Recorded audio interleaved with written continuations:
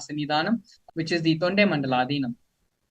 Following that, the Supreme Pontiff of Hinduism was coronated as the incumbent emperor of Suryavamsha Surangi Samrajyam. The Supreme Pontiff of Hinduism has also been coronated as the 23rd Guru Mahasannidhanam of Dharma Mukti Swargoparamadina. In the year 2012, the Supreme Pontiff of Hinduism was coronated as the 293rd President Jagat Guru Mahasannidhanam of Kailas Sonatha Shyamala Pita Sartingi. In the same year, the Supreme Pontiff of Hinduism was also coronated as the Mahamandaleshwar, which is the supreme spiritual head of the Mahanirvani Akhada, which is the largest apex monastic order in Hinduism. In the following years, the Supreme Pontiff of Hinduism was also coronated as the 1008th Acharya Mahamandaleshwar, which is the head of all spiritual leaders of the Atal Akhada, which is the ancient most apex body of Hinduism. And in the year 2015, the Supreme Pontiff of Hinduism was elected as the Supreme Pontiff of Hinduism by a congregation of over 1,000 Hindu leaders and pontiffs.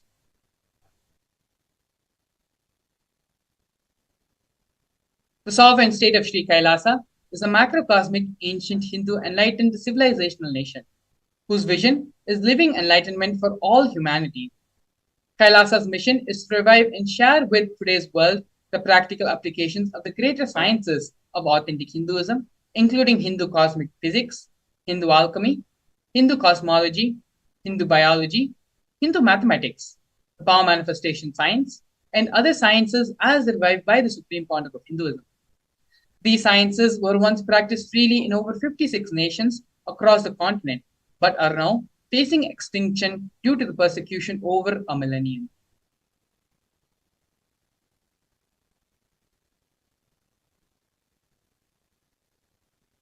We are now going to be seeing the various Uniting Nations initiatives. The 108 Sri Kailasa's Uniting Nations initiatives are the 108 different initiatives taken up by the Sri Kailasa Uniting Nations, supporting a variety of humanitarian services which collectively allow for the creation of an enlightened, peaceful, sustainable, equitable, resilient, and thriving world.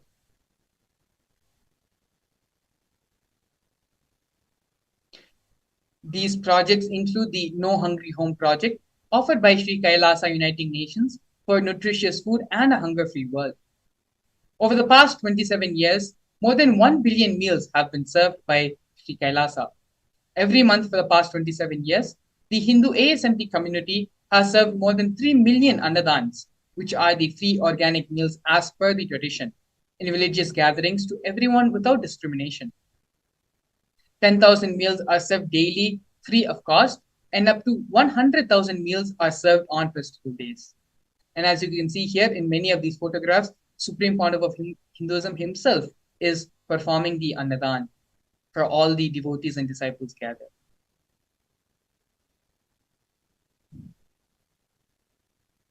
Here we can see during the pandemic, Kailasa's Protective and Preventive COVID Care Center, offered by Sri Kailasa Uniting Nations for affordable and holistic healthcare. Pandemic is an event, a worldwide event, which has affected the whole world in various different levels. The Supreme Pontiff of Hinduism is the only one thinking ahead and giving a place of refuge for the world during such a difficult time. The Supreme Pontiff of Hinduism converted his monastery campuses into a multi-layer quarantine facility, free for all people, regardless of any differences in age, gender, caste, creed, ethnicity, color, or socio-economic status. Food, shelter, internet, and all the basic facilities, including free medical care, were provided for an indefinite period amount of time. More than 30 million citizens followed Kailasa's 28-day spiritual regime in the year 2020.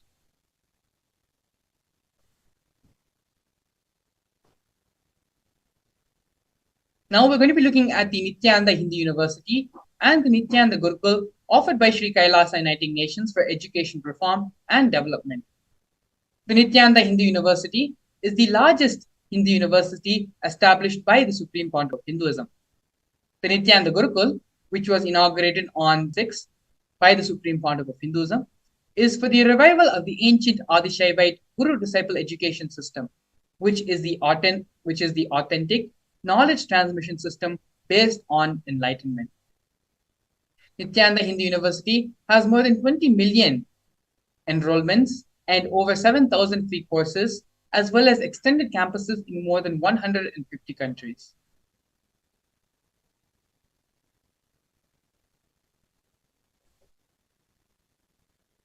Here we can see the Nithyananda Jnanalaya project and the Hinduismpedia project offered by Sri Kailasa Uniting Nations for the protection of Hindu scriptures. The Nithyananda Hindu Jnanalaya project is by the Supreme Pontiff of Hinduism to collect and preserve the one scriptures while ensuring that knowledge is made accessible and shared free of cost to all, collecting and preserving 1 million source books on Hinduism. The Supreme Pontiff of Hinduism himself has authored more than 10,000 books in 3 different languages, translated into 50 other different languages, and published 10,000 different articles, given more than 10,000 hours of free discourses with a combined view of more than 1 billion. In the Kailasa's Hinduismpedia project, the Supreme Pontiff of Hinduism has collected more than 15 terabyte of digital books and rare manuscripts from all the 19 Sarvanyapitams, ancient mutts, and ashrams. More than 1 billion pages on Hinduism, collection of 22,000 digital books, 1,000 e-text books, and over 100,000 articles on various topics in Hindu.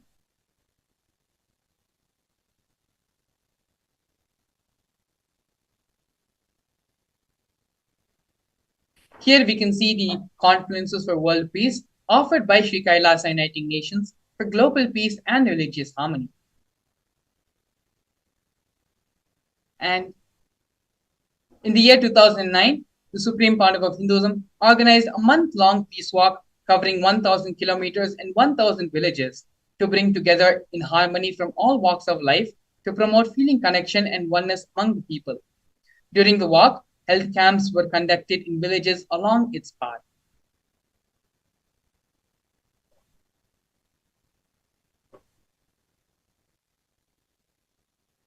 Here we have the women empowerment programs offered by Sri Kailasa Uniting Nations for feminine empowerment and gender equality.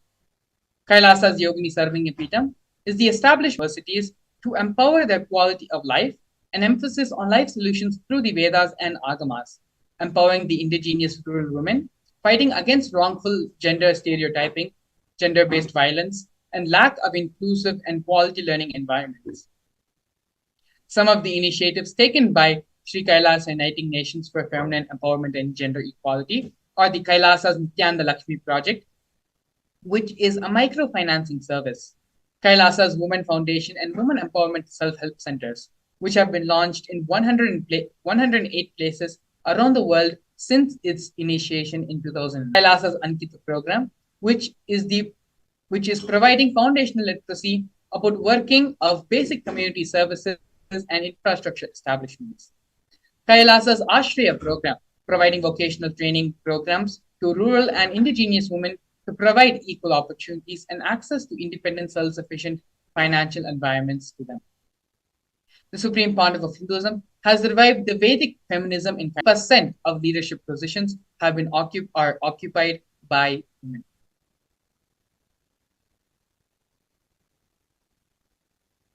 Here we can see the Nithyananda Yoga offered by Sri Kailasa Uniting Nations for yoga.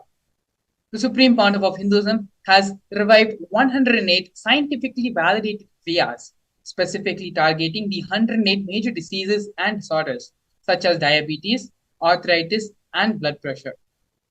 The revival of the ancient traditional forms of yoga, where the Supreme Pontiff of Hinduism has revived the ancient pole yoga, which is the Shivastamba yoga, and rope yoga, Kundalini Rajju yoga, in which yogic asanas, postures, and weight balancing techniques are performed to create the yogic physiology, aligning it to the cosmic geometry that manifests superconscious powers.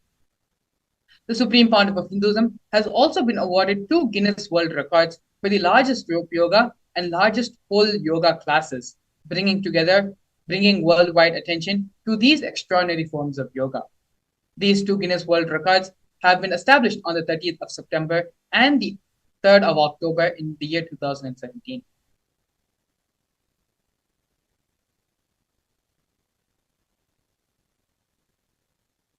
Here we can see one of the most historical moments and milestones in the history of the building of Kailasa nation, where Kailasa, the first nation of Hindus led by the Supreme Pontiff of Hinduism, Bhagavan Sri Nithyananda Paramashivam, spoke on behalf of 2 billion global Hindu diaspora at the 14th session of the United Nations Forum on Minority Issues.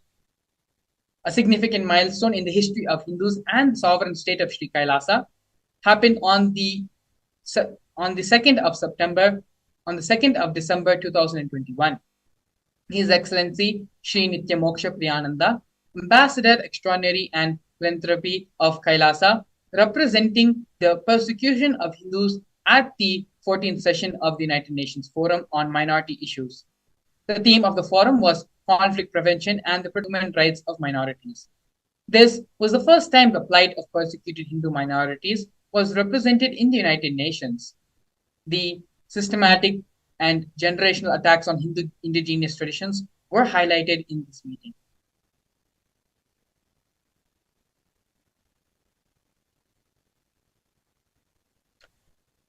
Here we are seeing the various torture and murder attempts by the state and non-state actors on the Supreme Pontiff of Hinduism and on the Nityananda Sangha on Kailasa.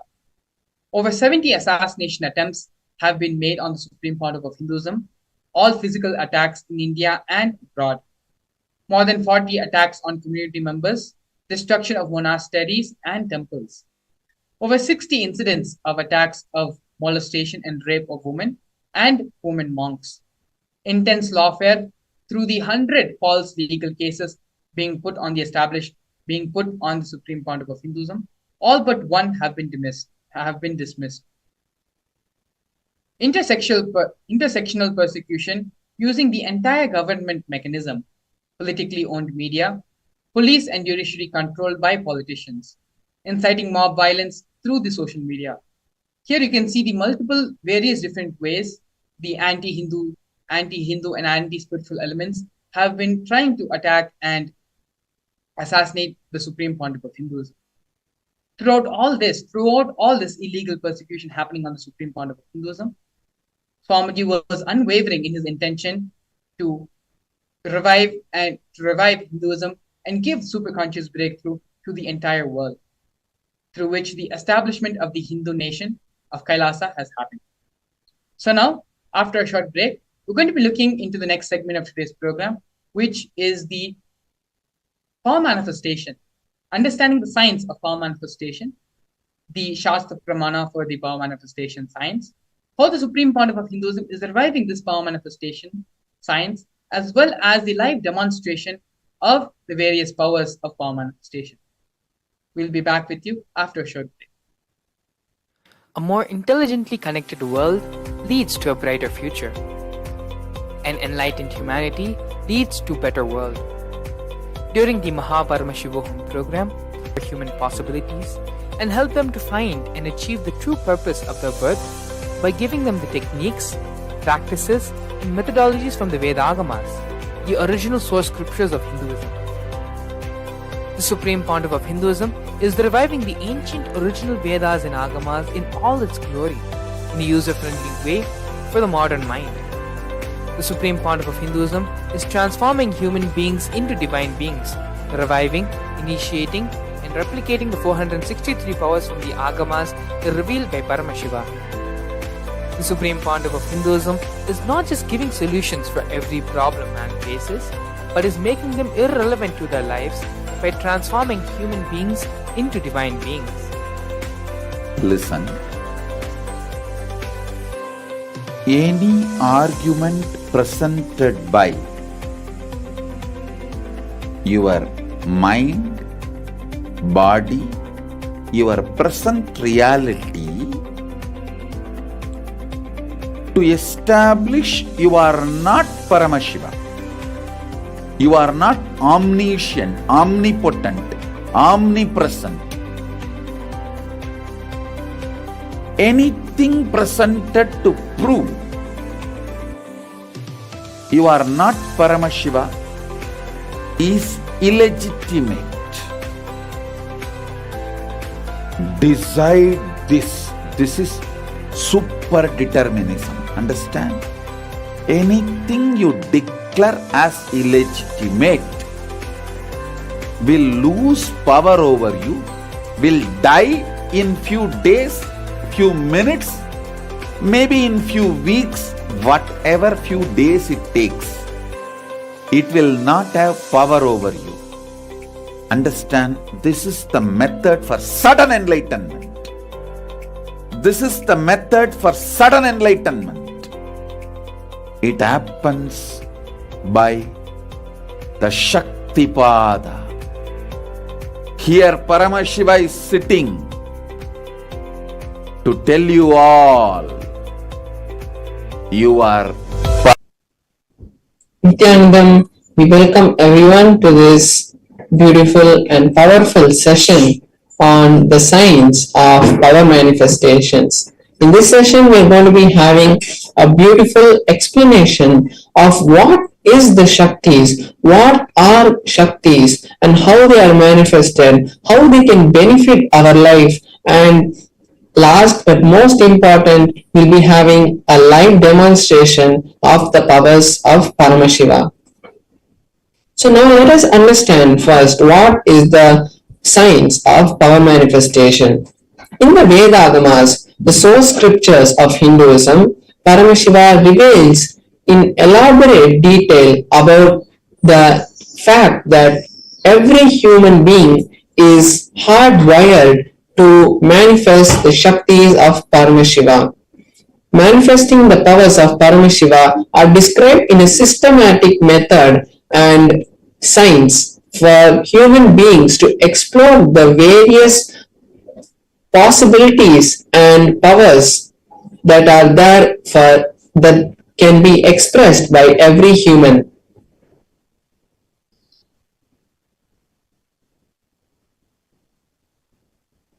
Now we'll be seeing what is the difference between Shaktis and Siddhis, because this is a very common topic which everyone gets confused.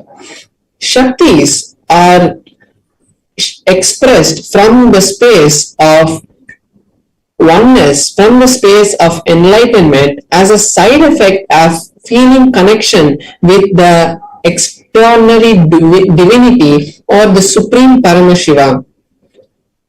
And whereas the Siddhis are powers that are manifested while you are on the path of enlightenment and you are doing tapas. Shaktis are of Paramashiva, and when Paramashiva manifests through an ordinary human, these are Shaktis. Whereas Siddhis are not permanent, and Shaktis manifest from the space of initiation. When the Guru directly initiates us into the Shaktis, we start manifesting powers, whereas the Siddhis manifest when we do tapas and distract us from the path of enlightenment. Now we are going to be seeing the main validation of how these powers have been scientifically tested and are foolproof. The powers are tested in 4 different ways. First, there is a Shastra Pramana, which is the scriptural reference of these powers. What Paramashiva has to say about these powers in the Vedas and the Agamas. Next, we have the Apta Pramana, which is the time-tested, foolproof experiences of our ancient scientists, the Rishis. All the enlightened masters and Rishis who have come before us and manifested these powers and shown them to the humanity, those are the Apta Pramanas. The Atma Pramanas are the validated and foolproof tested manifestations that the Supreme Pontiff of Hinduism has experienced in his life. After verifying his experiences with the Shastra Pramana and the Atma Pramana, he shares it to the world as his Atma Pramana. Then we have the Pratyaksha Pramana, which is the scientific study, the empirical evidence of these powers.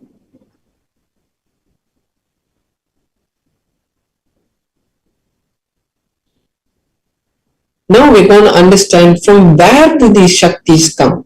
The source of the Shaktis is Paramashiva is the source of all the Shaktis. Paramashiva is the primordial divinity in Hinduism, the ultimate reality, and he is the self-effulgent Swayam Prakasha, and he is omniscient and omnipotent. He is there all around us, and he is the one who manifests through us to manifest anything in this world, whether it is just a movement of our hand or it is the manifestation of these extraordinary Shaktis or it is the creation of universes. Everything manifests from Paramashiva.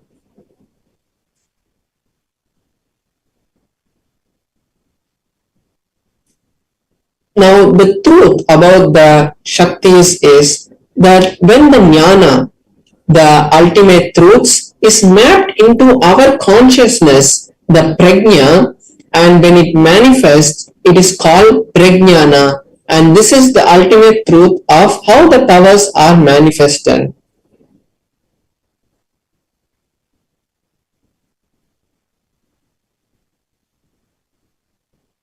Now we'll be seeing the Shastra Pramana for the power of third eye.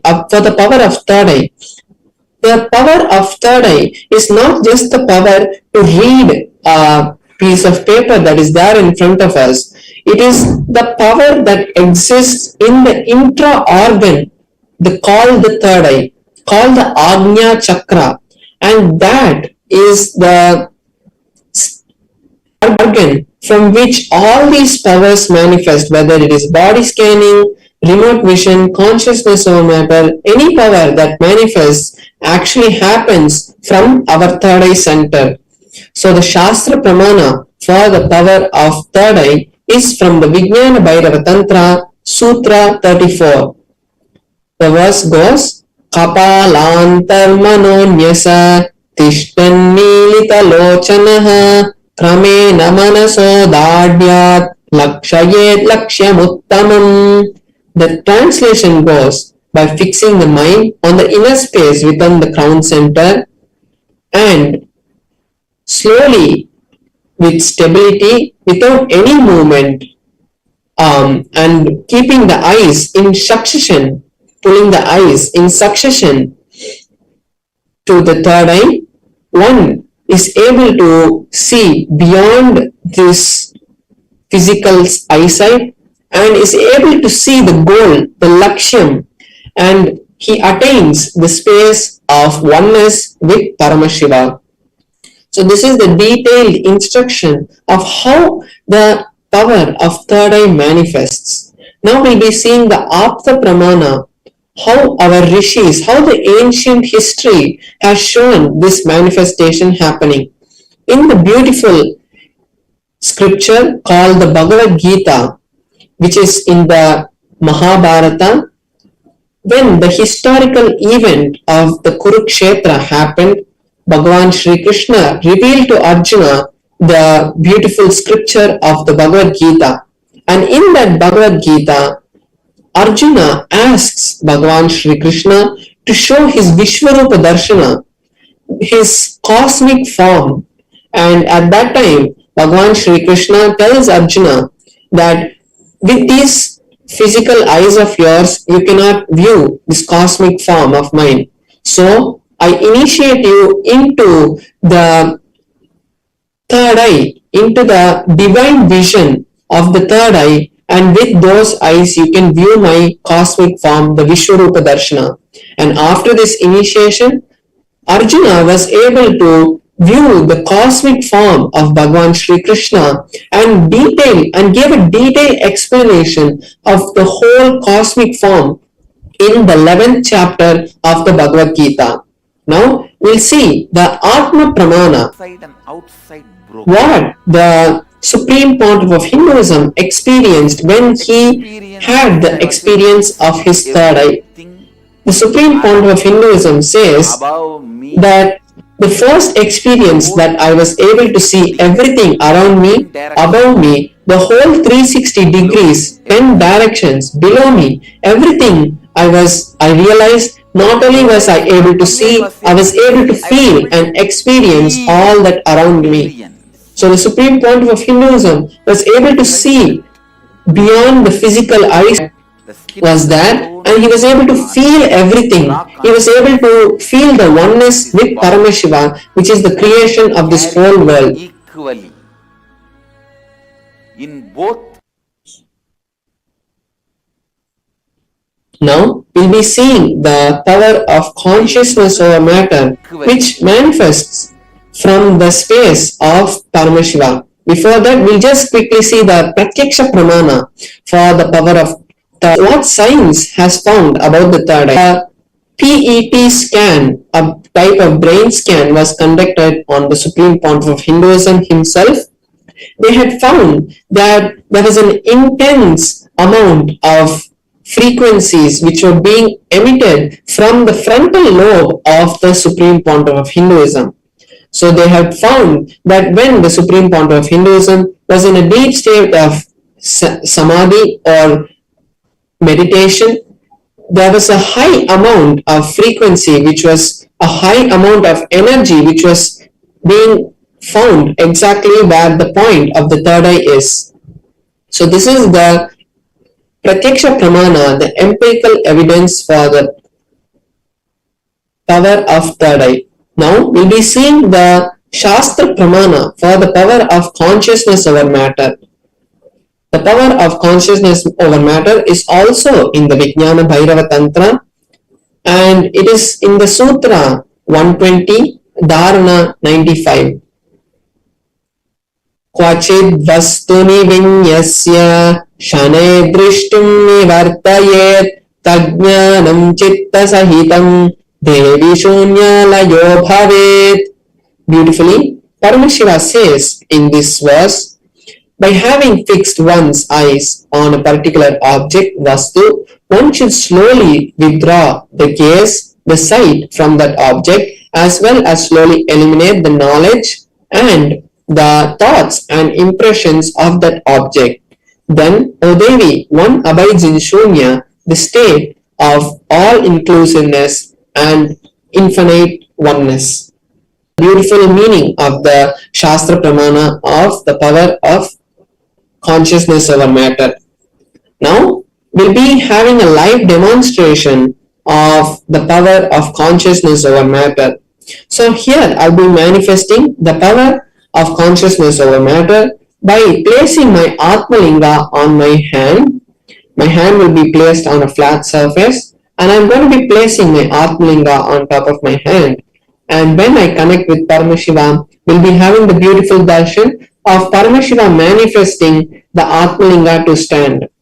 So just before we enter into the power, I'll be showing my hand also in a close-up camera so that all of us can see how the Atmalinga is standing and how in my hand there is no strings or any other thing which is attached. And we also can know that the Atmalinga is made of a crystalline material. So there cannot be any magnetic substance magnetic material which is used to make the Atmalinga stand. And so now we have the close-up camera. So here you can see my hand. When there is no strings tied, there is no glue or anything, and we can also see the Atmalinga also. There is nothing tied to it, and as it is a crystalline material, there cannot be any magnet which can be used to make the Atmalinga stand. So now I'll be connecting with Paramashiva and chanting the Mahavakya, and when I do so, I request all the other viewers watching us live on all our other social media platforms to take this time to create your reality, because when we connect with this kind of space, when we manifest powers, we create a strong Vatavarana, we create a strong environment for all our desires to be manifested, because at that time we are in the highest frequency and the closest connection with Paramashiva. So any desire, any boon you want from Paramashiva, just start posting them in our chat, and automatically you will see that these realities start to manifest, because it is not us who manifest these powers. It is directly Paramashiva flowing through us which causes these powers to manifest. So now I'll be chanting the Mahavakya, and all of you can also join along with me and chant the Mahavakya. Om Nithyananda Paramashivoham.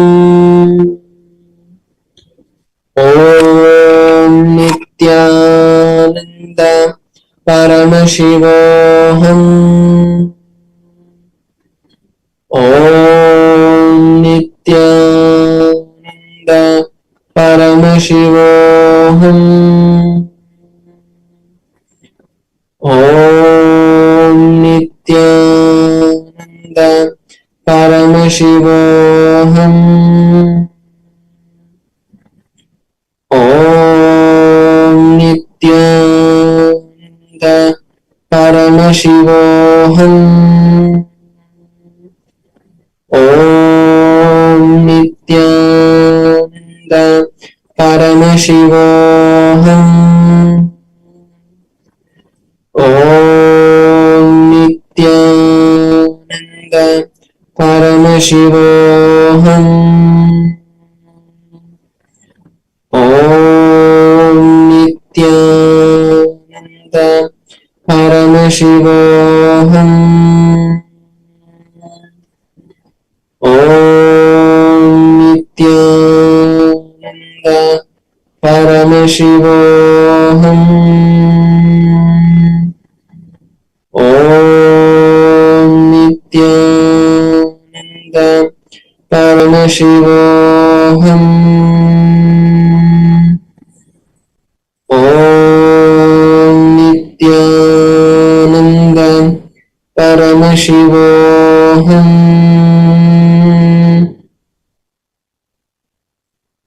So beautifully, we saw how the Atmalinga rolled.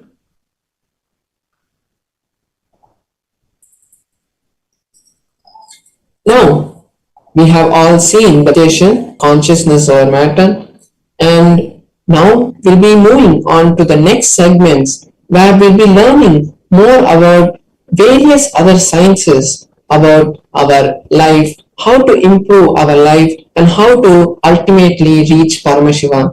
So stay tuned. After a short break, we'll be back with you with various other programs and events on teaching you how to create Paramashiva in your life. Thank you, Nithyanandam.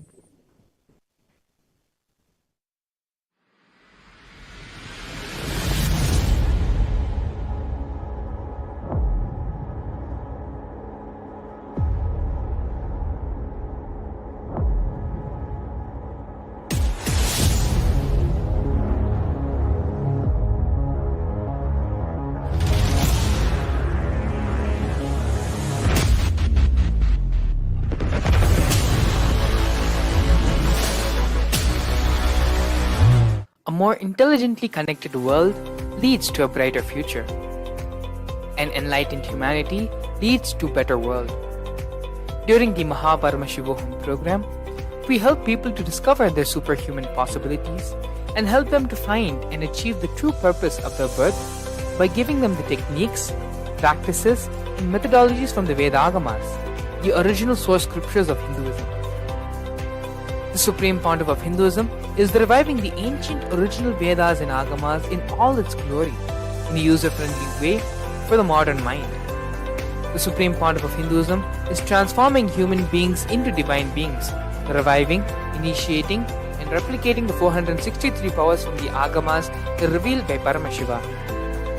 The Supreme Pontiff of Hinduism is not just giving solutions for every problem man faces, but is making them irrelevant to their lives by transforming human beings into divine beings. Listen. Any argument presented by your mind, body, your present reality to establish you are not Paramashiva. You are not omniscient, omnipotent, omnipresent. Anything presented to prove you are not Paramashiva is illegitimate. Decide this. This is super determinism. Understand? Anything you declare as illegitimate will lose power over you, will die in few days, few minutes, maybe in few weeks, whatever few days it takes. It will not have power over you. Understand, this is the method for sudden enlightenment. This is the method for sudden enlightenment. It happens by the Shaktipada. Here Paramashiva is sitting to tell you all, you are Paramashiva, you are me, with Shaktipada and Shaktinipada. The Dvitiya Vijnasa Krama is an extensive and thorough yoga sequence to prepare your body to receive the experiences being given. Yes, we're back. Beautifully, we saw the power manifestation demonstration done by Sri Paramashananda Maharaj, where he was able to make the Atmalinga stand in his hand with the grace and blessings of the Supreme Point of Hinduism. We are now going to be entering the next segment of today's program, which is understanding who is Ardhanareeshwara. What is the Ardhanareeshwara Murti? It is this Bhava Samadhi Darshan which the Supreme Point of Hinduism is going to be gracing all of us today. Ardhanareeshwara Murti is the pure manifestation of the cosmic union of Paramashiva and Parashakti, the manifestation of Tantric enlightenment.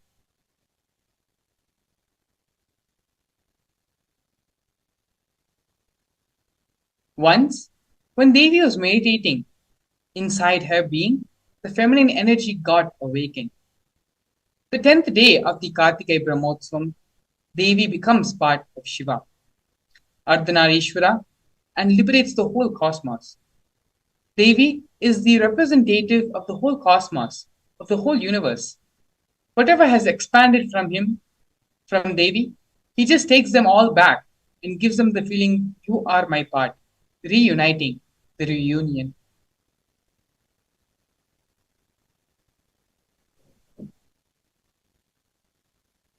So, all the lamps which has become different have now become one.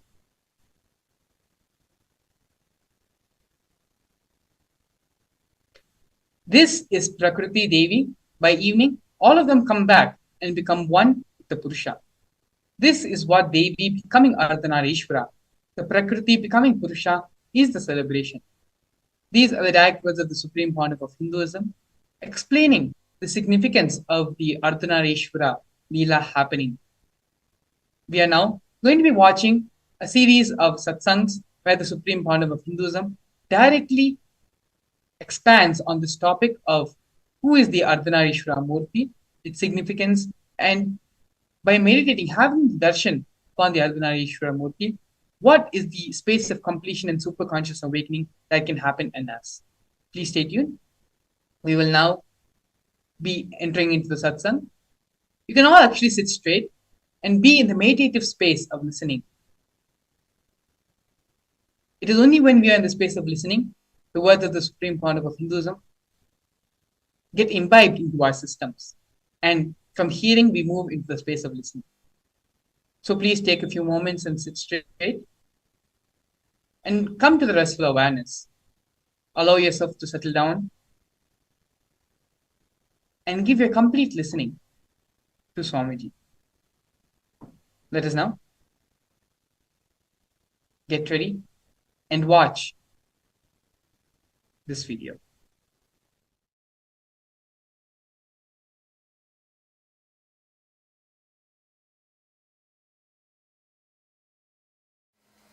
If you see our deities, they will have two wives.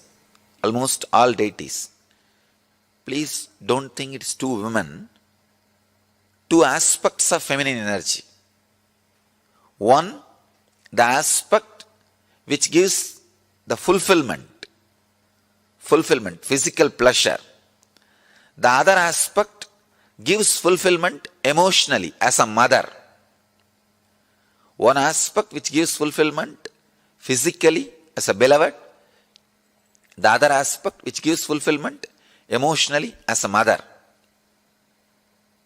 The very being, the very basic thing of the human consciousness, it can play both the roles.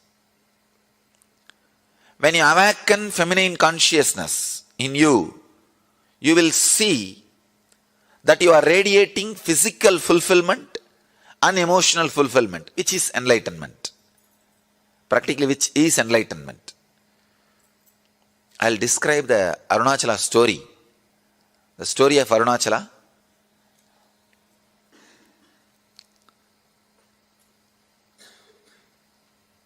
The whole Arunachala story is story of woman, story of feminine energy.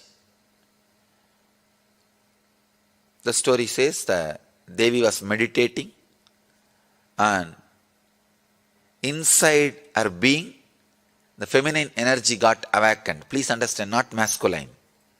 Feminine energy got awakened. She became Ardhanareeshwara. The description exactly it says, in Devi, the feminine energy is awakened and she became Ardhanareeshwara. Means half male, half female.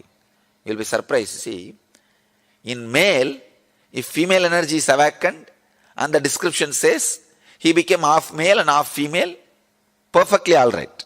You can understand. But the story says, in Devi, the feminine energy, the feminine Shakti is awakened and she became Ardhanareeshwara. Means,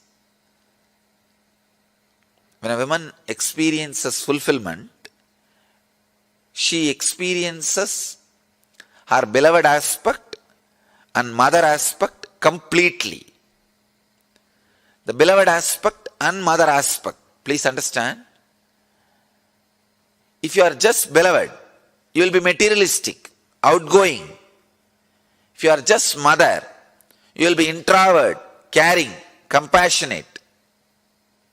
But both the aspects awaken a new consciousness in you. I can say complete fulfillment.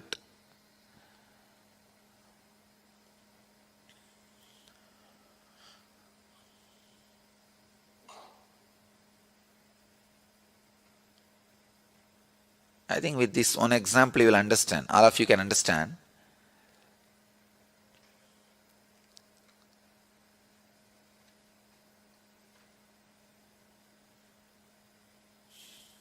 With this one example, all of you will be able to understand that mother and beloved dimension.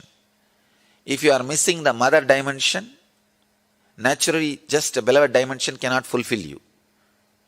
If you are missing the beloved dimension, just the mother dimension cannot fulfill you. The body and emotion, both will have fulfillment only when you experience both the dimension. A person who can experience and express both dimension is Ardhanareeshwara. Please understand, Ardhanareeshwara does not mean just half male, half female. Ardhanareeshwara is the person who experience both dimension of feminine qualities. Both dimensions of feminine qualities. When a man becomes enlightened, he becomes a leader. When a woman becomes enlightened, she becomes mother and beloved. Ability to radiate both dimensions. So the Arunachala story describes Devi. She expressed her both dimensions. That is why she became Ardhanareeshwara. She experiences and radiates Ardhanareeshwara consciousness. Each one of you were carrying the feminine energy.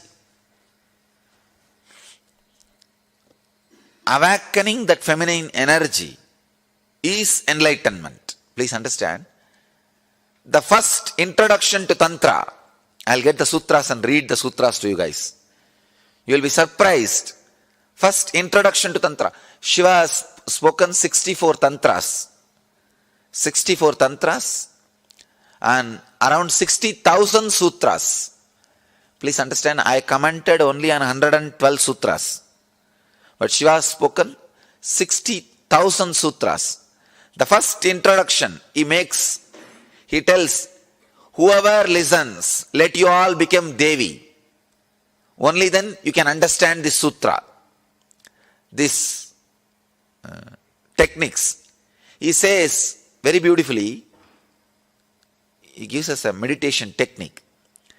Even the brain setup, even the thinking, the body, physical body language, the mental setup, whatever you know as feminine consciousness, or women, meditate on that. Please understand. He says you can't actually completely understand the woman consciousness, even if you are a woman. Even if you think you are a woman. So the feminine consciousness, I have to use two different words. Feminine consciousness, women body. Women body has a more possibility for feminine consciousness. That does not mean just because you are in the women body, you experience or express feminine consciousness. When Shiva starts the Tantra, first thing he says, intensely meditate on the feminine consciousness. Whatever idea you have about the feminine consciousness, live. And Ramakrishna, he practiced this technique. The word Tantra simply means technique, methodology. In Sanatana Hindu Dharma, all methodology for manifesting the state, space, powers and being of Paramashiva is called Tantra. That's it. Please understand. State, space, powers and being of Paramashiva, manifesting that is called Tantra. Any methodology adopted for that purpose is called Tantra. In course of time, it got associated with multiple traditions like Shakta, Bauddha, Samana. In multiple sampradayas, orders, traditions of Hinduism, it got identified, associated, started having different connotations, and then comes the anti-Hindu narratives, anti-Hindu forces, Hindu-phobic forces contains this word and boxes it inside gory sexual activities and orgies. Without any understandings and reality, I tell you, Tantra is the most anti-sex practice.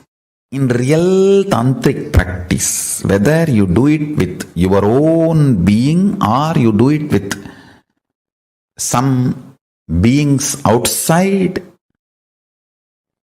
it just liberates you from everything felt as a need or urge. Understand? Food is not wrong, but urge pushing you to eat is wrong. Sex is not wrong, but the urge making you lose your balance and your integrity and pushing you to do the act is wrong. Understand? anything which breaks your integrity is wrong, not the act. Eating is not wrong, but the urge pushing you to eat is wrong. And sex is not wrong. The urge which makes you lose your integrity for sex is wrong. Tantra works on completion, making you manifest the state, space, powers and being of Paramashiva. Listen carefully.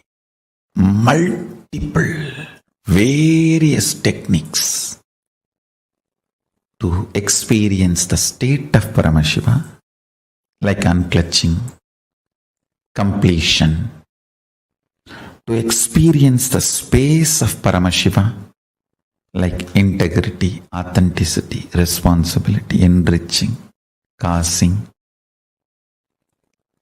to experience the powers of Paramashiva, oneness, Aushada, Mani, Mantra, Aushada, to manifest the being of Paramashiva, Diksha, ultimate initiation, communion, oneness with Guru, who is embodiment of Paramashiva, makes you manifest the being of Paramashiva. All these various levels, multiple techniques are adopted, methodologies are adopted. All of them are basically called as Tantra. Understand, Tantra is the most anti-sex, most anti-sex tradition. If you believe, if you are told Tantra is the sexual tradition, you are cheated. If you think Tantra is sexual activity, you are thoroughly going to be cheated. Understand, it is most anti-sexual activity. It's highest anti-sex. Don't be cheated by the wrong introductions of the Tantra. It is all about working on the urge, not on the action. The whole focus is on the urge, not on the act. The greatest tantric masters, Paramashiva and Parashakti, reveal the science of achieving the ultimate state, space, powers and being of Paramashiva as Tantra. Very few are related to action. Most of them are related to urge. It is all about handling your being and making you manifest Paramashiva. I don't want to say Tantra is sannyas tradition, but I want to say Tantra is the way for ultimate sannyas, the Purna sannyas. It removes all the pain, anger, guilt, shame, everything associated to your body and makes you grounded. I tell you, it settles you with you first. First, you will have ultimate relationship with yourself. The kind of the feeling grounded you need to have. Never to have tears in your eyes can happen only by Tantra. When you are grounded, complete with all the emotions of body shaming, good, bad, right, wrong, everything need to be cleansed. All the toxic ideas inserted into your system, shame, guilt, about your body and how you look and how you feel and the ideas of sex, gender, everything. All the faltu ideas society has inserted into you need to be removed. You need to be detoxified from all that stupid ideas. That's the only way. That's the only way you will get grounded and become a real Rudraganya. Every man should become a Rudra and every woman should become Rudraganya. That is Tantra. Every man should become Paramashiva, every woman should become Parashakti. That is Tantra. Paramashivoham will give you precise understandings about Tantra. Deep understandings about Tantra constantly.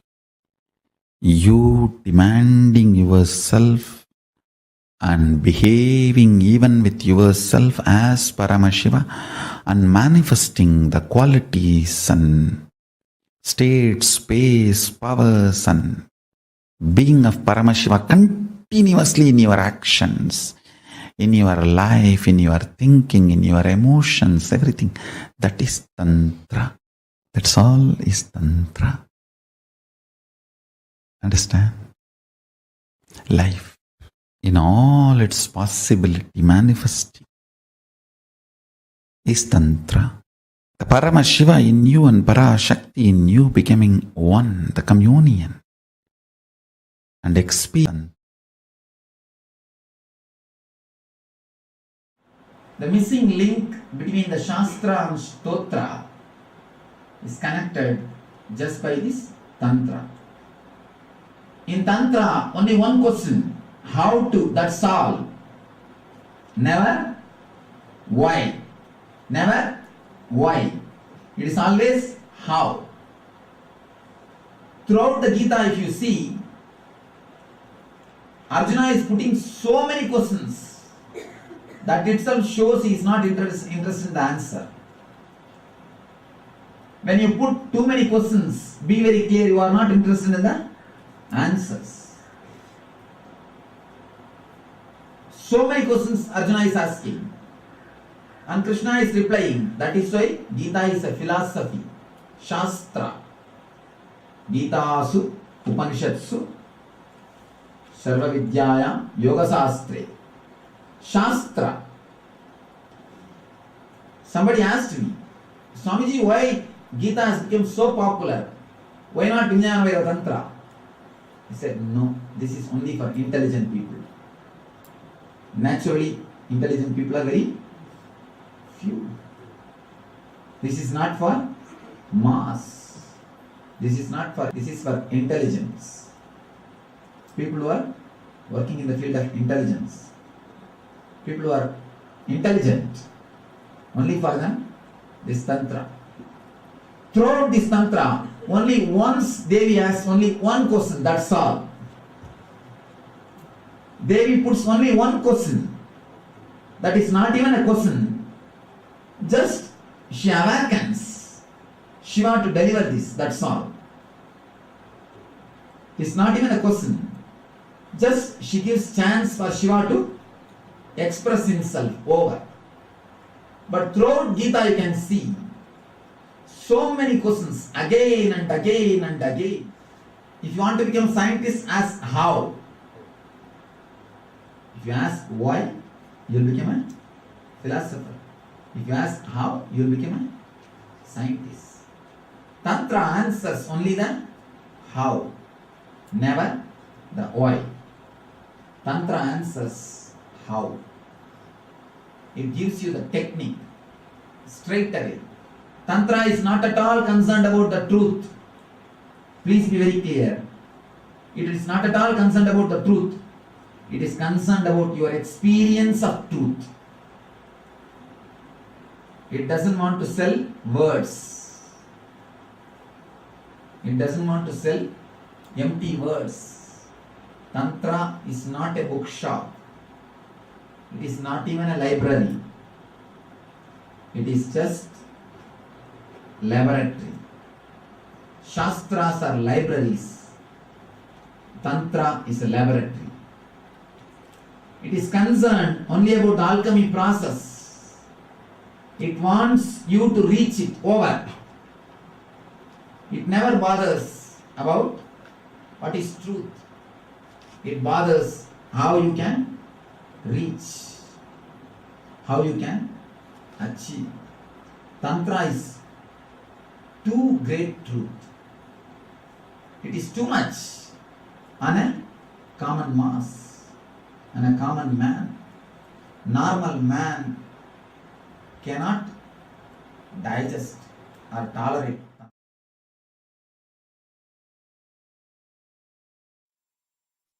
Kailasa is the ecosystem I am manifesting, where in this ecosystem people will flower to their highest possibility.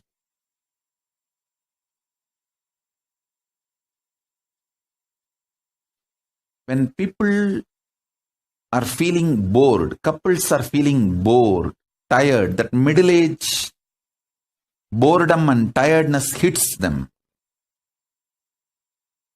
they should be given the signs of Tantra. They should try to find oneness, not just body alone, through the mind, the common goals, common emotions, commonly what they enjoy, art, science, different fields.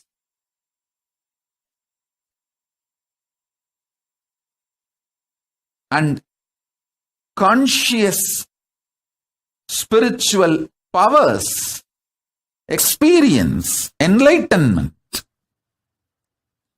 If you find something which makes you experience oneness, you will never think of divorce. You know how to go to the depths of each one's consciousness and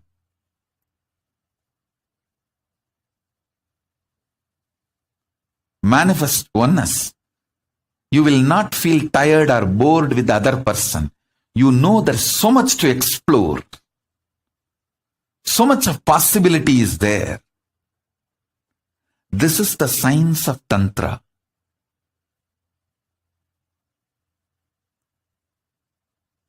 This is the foundation of Tantra.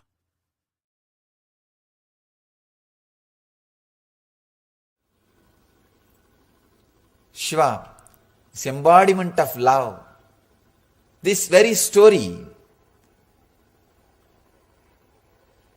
he gets married after the Manmata was burnt, shows the marriage was pure love.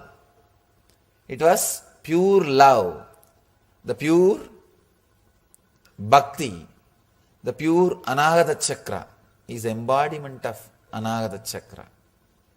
Understand? There is a beautiful description of Shiva and Parvati's relationship in Tantra. The description says the Shiva had the motherly attitude towards Devi. The relationship was described. I was surprised when I read those descriptions. It says Shiva felt Devi is his own mother. A strong motherly connection means what? The pure Anahata. The pure Anahata energy. When the pure Anahata energy is experienced, you feel with the whole world. Either you feel that you are the mother of the whole world, or you feel the whole world is your mother. The description says, Shiva felt Devi is his own mother. He felt the whole world is her child. If you are the female psychology, when Anahata opens, you will feel everybody is your child.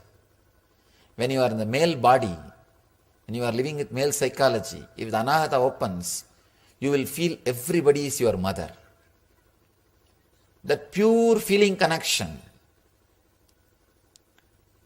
When the inner awakening happens in your anahata, if you are in the male body, you will feel the whole world is your mother. The whole world is mothering you, protecting you, carrying you. The existence loves you. Existence is fulfilling itself through you. Please understand, you are the expression of existence, strong, pure will. You are not an accident. You are conscious miracle of existence.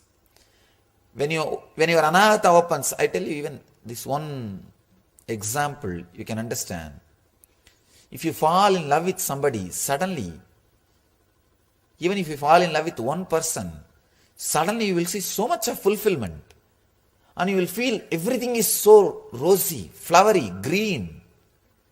It's because of anahata. Love has the quality to give you the feeling that whole world cares for you. Whole world mothers you. Shiva's anahata is awakened anahata. That is why even with Parvati, with Uma, he has such a deep feeling of motherly love. What Ramakrishna and Sharada Devi exhibited, that strong feeling of motherly love means awakened anahata. Tantra is consciousness centered tradition. It is not body centered, mind centered, emotion centered. It is consciousness centered tradition. Adhara chakra, symbolic conscious representation of the sex energy, is described with the 4 petals, lotus. 4 petal lotus.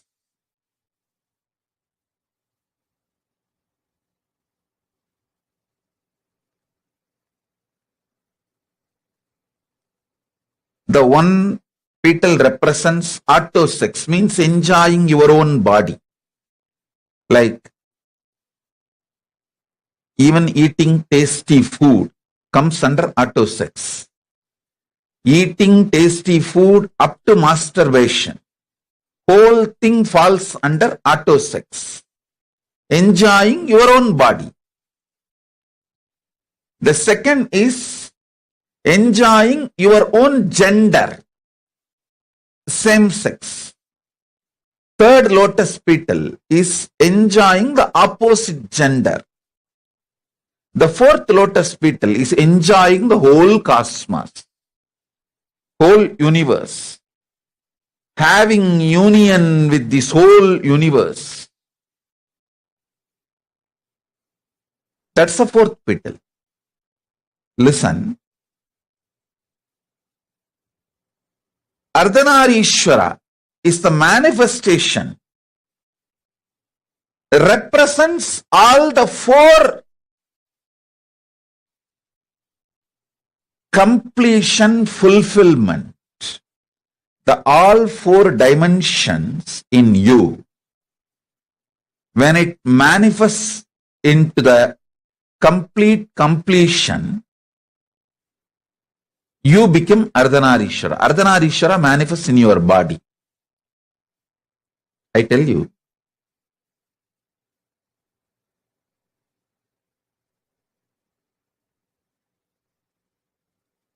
Most powerful sexual energy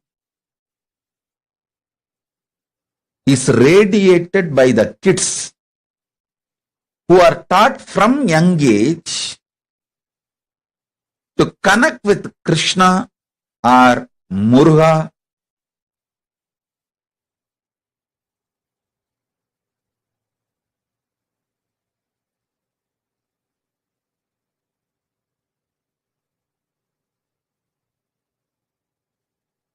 Understand?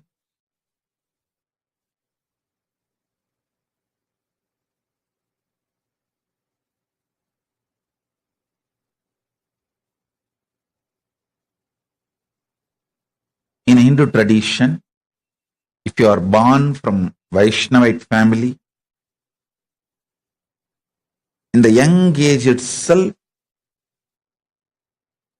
you will automatically pick up Krishna as your beloved if you are in the female body, if you are in the male body as a friend. Whether you are a male or female, you will develop some kind of an attachment, feeling connection with Krishna from the young age. Same way, if you are from Shaivite family, you will develop the connection with Muruga, Subramanya. The kids, male or female, who develop this kind of a fantasy-centric, I'm using the word fantasy-centric, which is very low and in a way even not completely expressing what I want to express, but the English has only the fantasy word. I can say that visually having union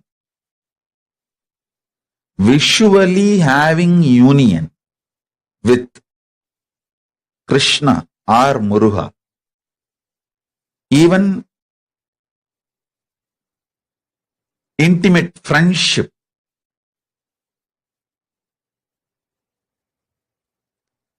I have seen the kids growing up in a very traditional background, how they automatically assume, if you are from Vaishnavite family, automatically the kids assume that Krishna is your beloved or your friend. If you are from Shaivite family, Muruga is your beloved or friend. That is flowering of the first dimension of the auto sex happens. Understand? People many times ask this question: is masturbation right? Paramashivam answers this question in Tantra. In masturbation, you don't accumulate new muscle memory, but you accumulate biomemory. So, who you remember, with whom you connect, fantasize, imagine, visualize, and have enter into the masturbation act, you receive that person's biomemory. Listen carefully. The act masturbation itself is not looked from right or wrong in Tantra. It is looked at profit loss. If you connect with the higher conscious beings, even masturbation, you receive their biomemory. See, when you enter into a physical sexual act, you receive muscle memory, bioenergy, all the three from the other person. You should know, even receive from female, and female also receives from male. It is give and take. That is why, if you have multiple partners, especially who are lower than your consciousness, you may have pleasure but not peace. You may have pleasure but not peace, because the exchange of muscle memory, bioenergy complicates and makes the inner space mess.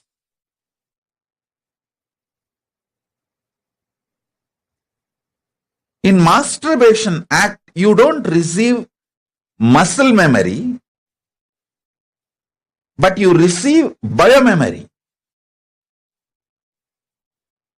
So with whom you visualize matters. that decides whether your consciousness is going to raise to the cosmic union or the consciousness is going to go down to a more lower existence, lower level existence. See, life is all about profit loss calculation, not right wrong dictations. Listen, Tantra does not look at life as vidhi nisheda. It looks at life as profit and loss. It just tells you what can profit you and what can bring loss and leaves the decision to you.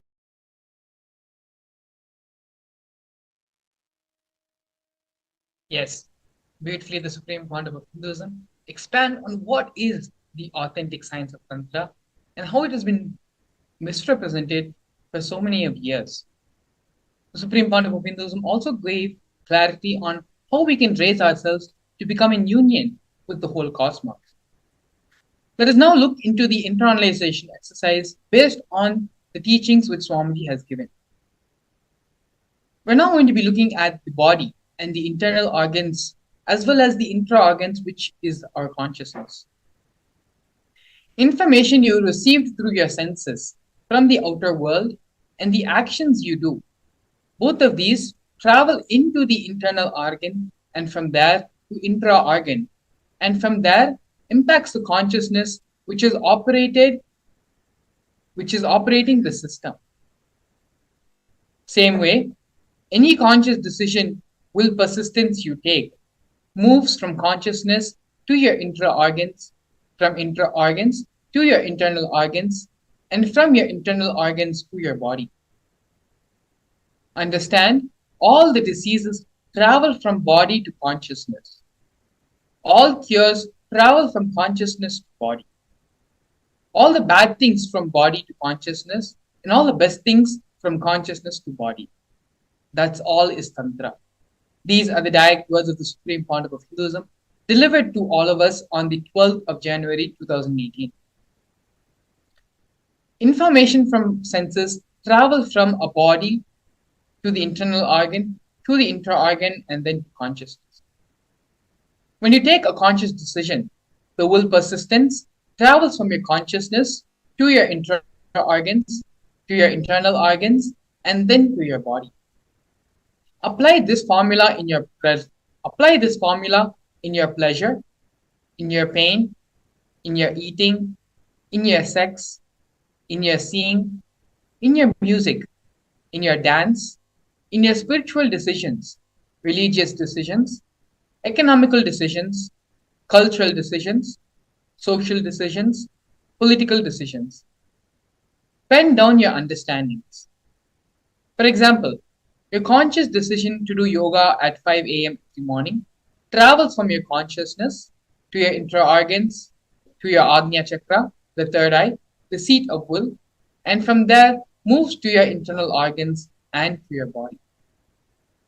So we are now going to be taking the conscious decisions which we want to take in our life.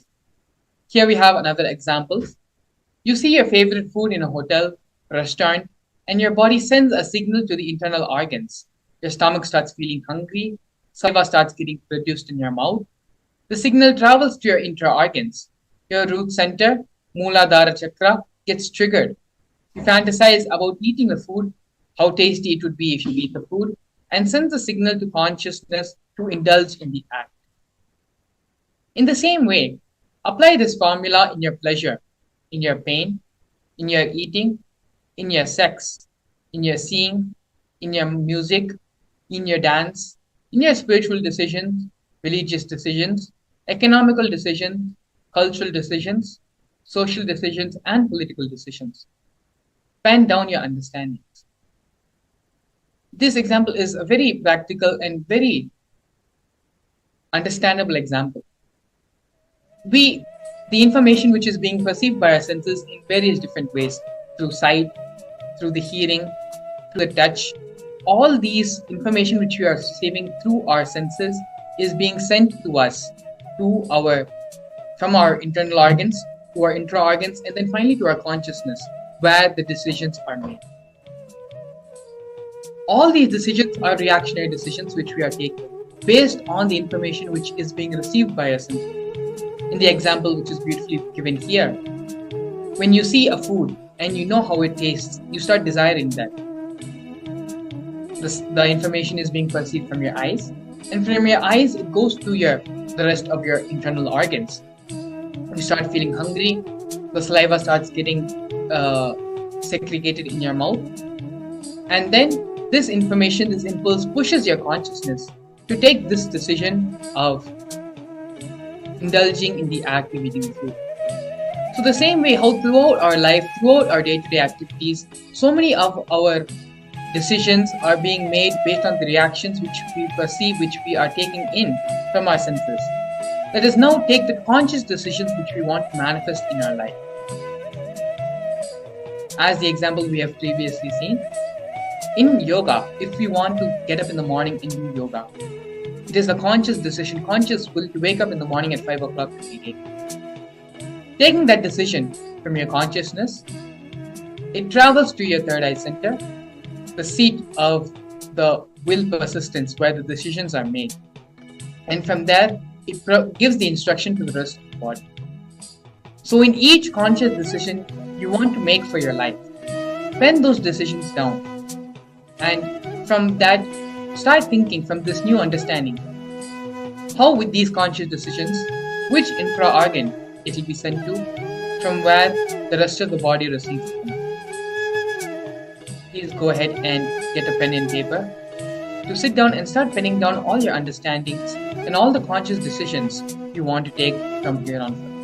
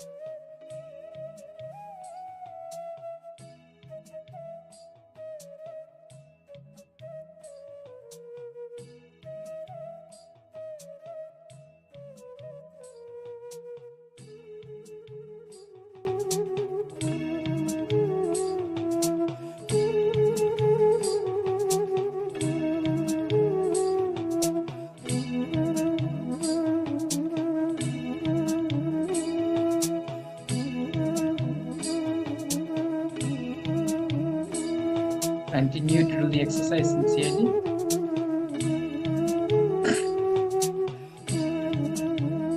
Continue to do the exercise sincerely.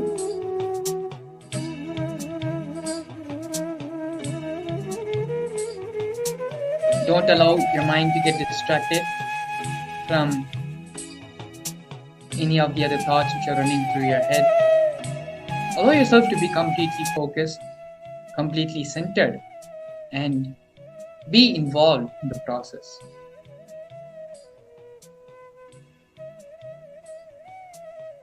Let us use this opportunity, this space the Supreme Pontiff of Hinduism is giving us all, before we enter into the Bhava Samadhi Darshan, to allow us to expand and allow the superconscious breakthrough to happen.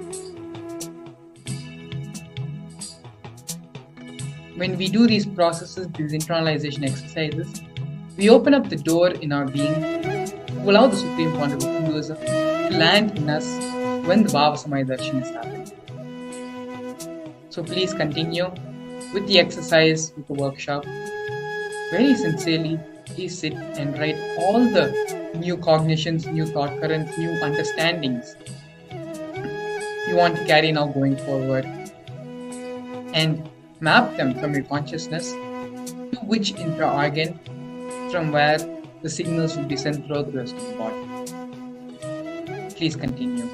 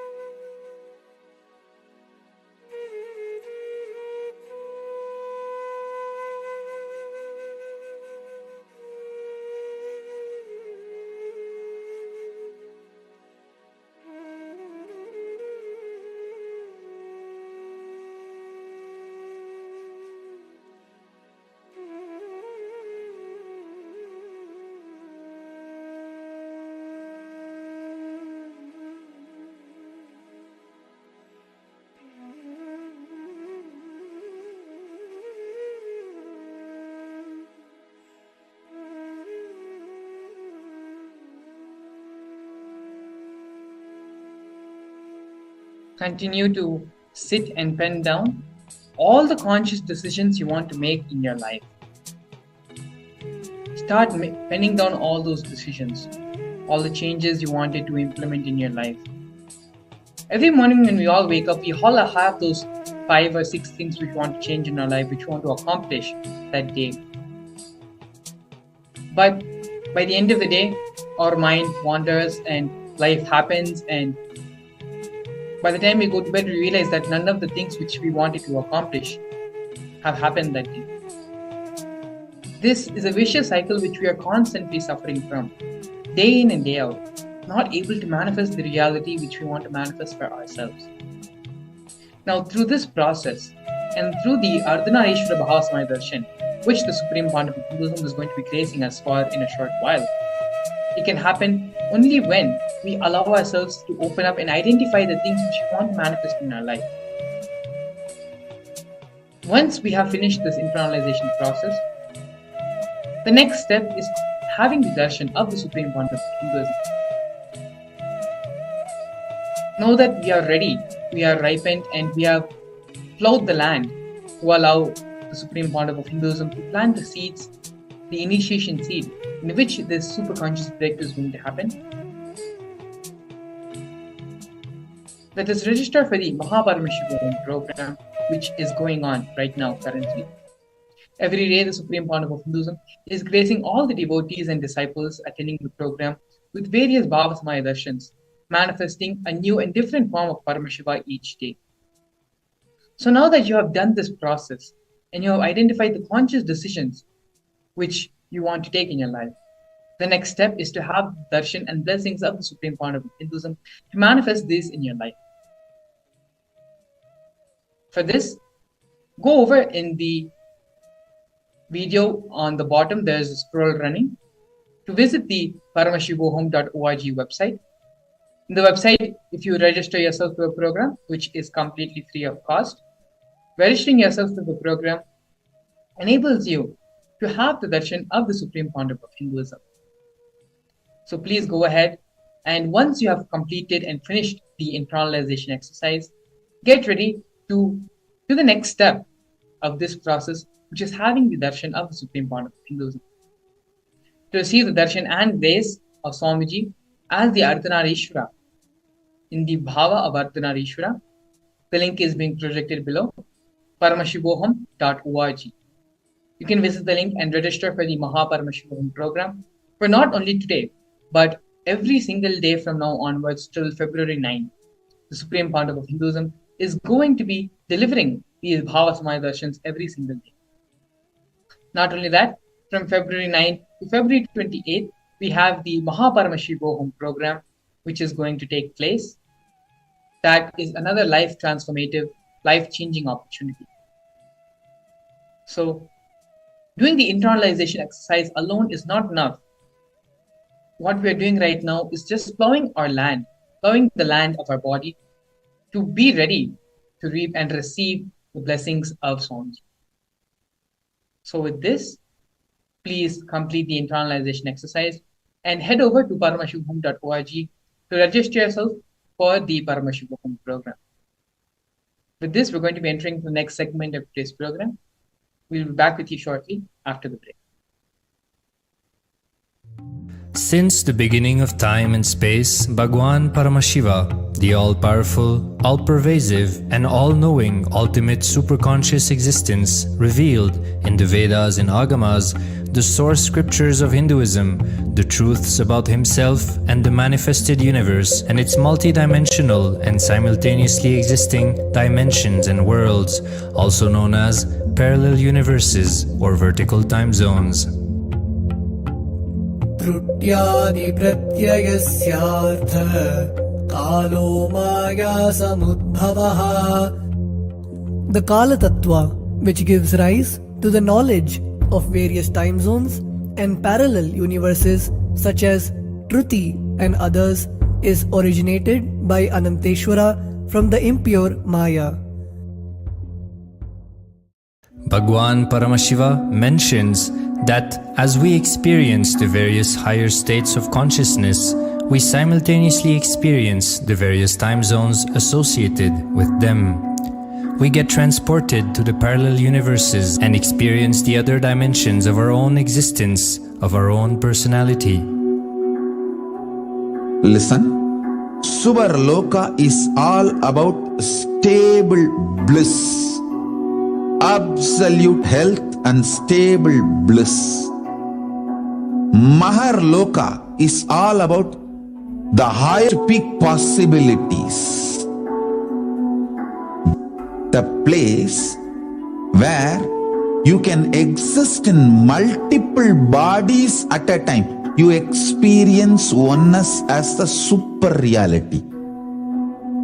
Tapaloka is that last struggle you go through.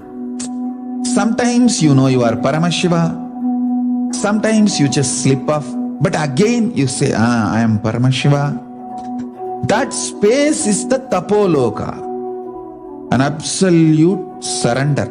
Whether I am remembering, I am manifesting Paramashivatva, or I am deluded, I surrender both to Paramashiva. When you take that decision, you are lifted to Brahmaloka.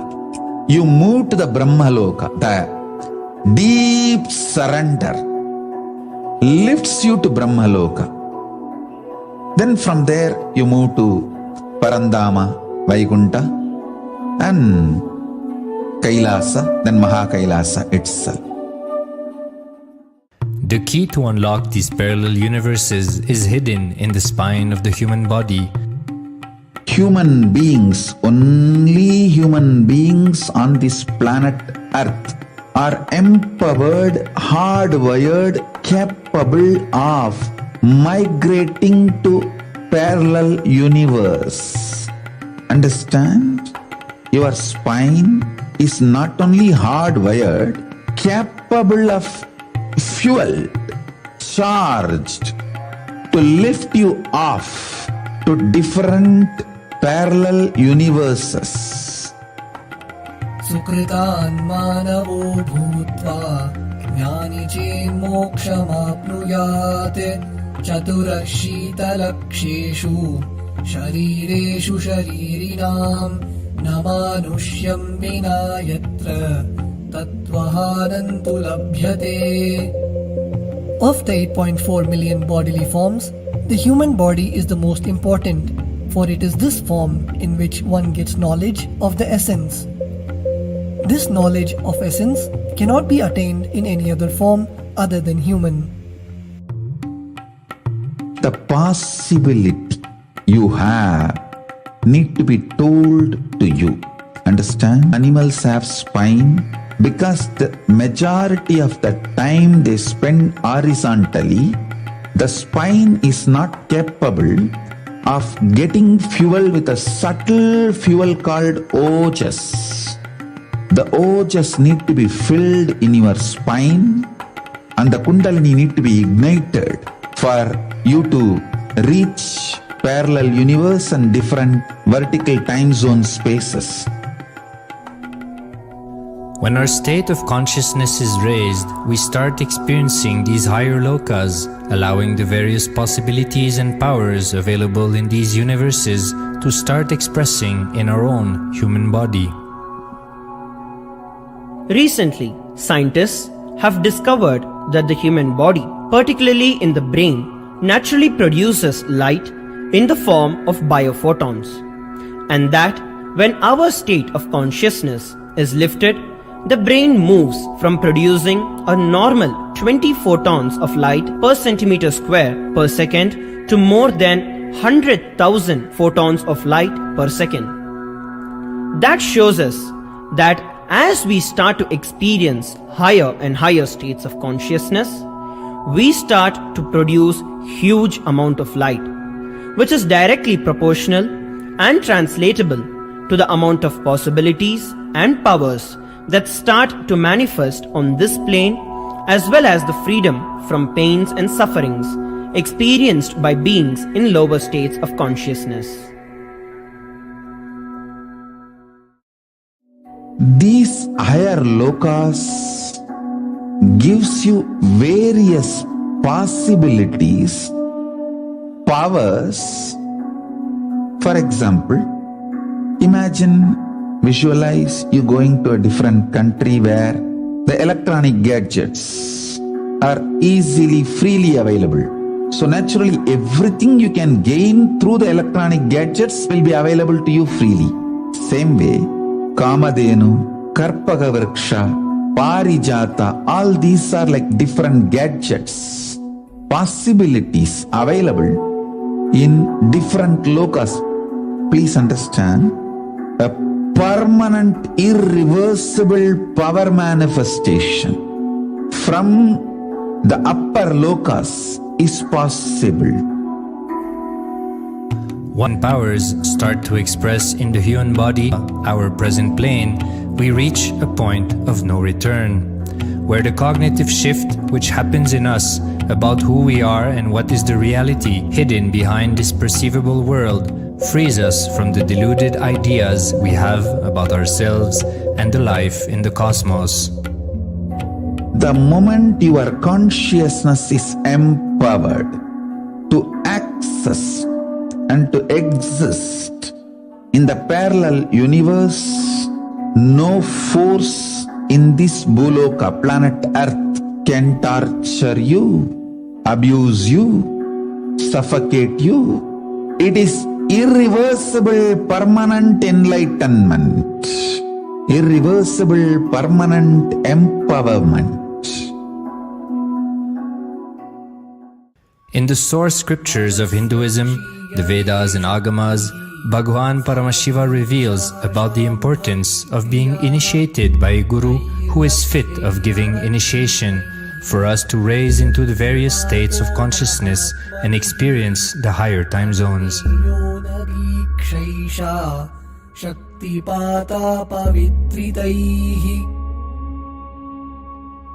The potency of Anavamala, which veils the innate and essential nature of the soul, is set into the decaying phase by this specific activity. Such specific activity is characteristically called Diksha. The intimate communion between the Blessed One and the Blessing One is very rare and difficult to occur. The Supreme Pontiff of Hinduism, Jagat Guru Mahasannidhanam, His Divine Holiness Bhagwan Nithyananda Paramashivam, is the 1008th incarnation of Paramashiva as per Hinduism, living amidst us today. Starting out at a young age and enduring years of intense penance, he persevered with the single-pointed vision of experiencing the ultimate oneness with Paramashiva, known as Paramadvaita. He traversed the length and breadth of India, initiated by his gurus into yoga and other Eastern metaphysical sciences. After having many profound spiritual experiences, he finally received the ultimate experience of Paramashivoham, I am Paramashiva, from his guru Ardhanareeshwara, an incarnation of Paramashiva himself in the holy town of Tiruvannamalai in South India.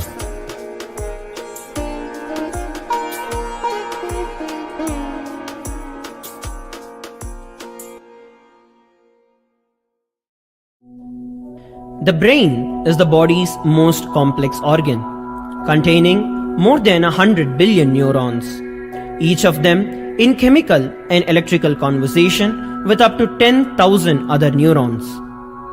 Its sheer capacity to process the various happenings of life is astonishing. The scientific studies on the Supreme Pontiff of Hinduism's brain remarkably shows that the complexity presents no difficulty for the Supreme Pontiff of Hinduism in managing his brain's activity. The Supreme Pontiff of Hinduism's capacity to control his brain is very fluid. He can easily shift his brain function and alter his brain waves, allowing the travel into various time zones possible and effortless. The results from the scientific studies conducted on the Supreme Pontiff of Hinduism showed that the human body and brain is able to choose to alter the body and to travel to other dimensions at will. The possibility for people to experience the healing capabilities as well as the higher states of consciousness is an event of immense benefit for humankind. The science of altering the rates and progression of many physical diseases, mental instabilities, and ultimately the superconscious breakthrough made available and achievable for today's humanity. The Supreme Pontiff of Hinduism is a bridge between the visible and the invisible. He is also a bridge between the age-old world of mysticism and the modern world of science and discovery. As brain research continues on a widespread basis, and as we appropriately bring the phenomena of mysticism into the realm of science for further study, we are taking strides on the path of physical and mental health as well as superconsciousness. I'm going to empower, enlighten each every one of you with the fuel and energy universe. It can make you tireless forever. It can just kill the boredom once and for all in your life. It can just make you manifest third eye power right now. You may experience intense levitation right now.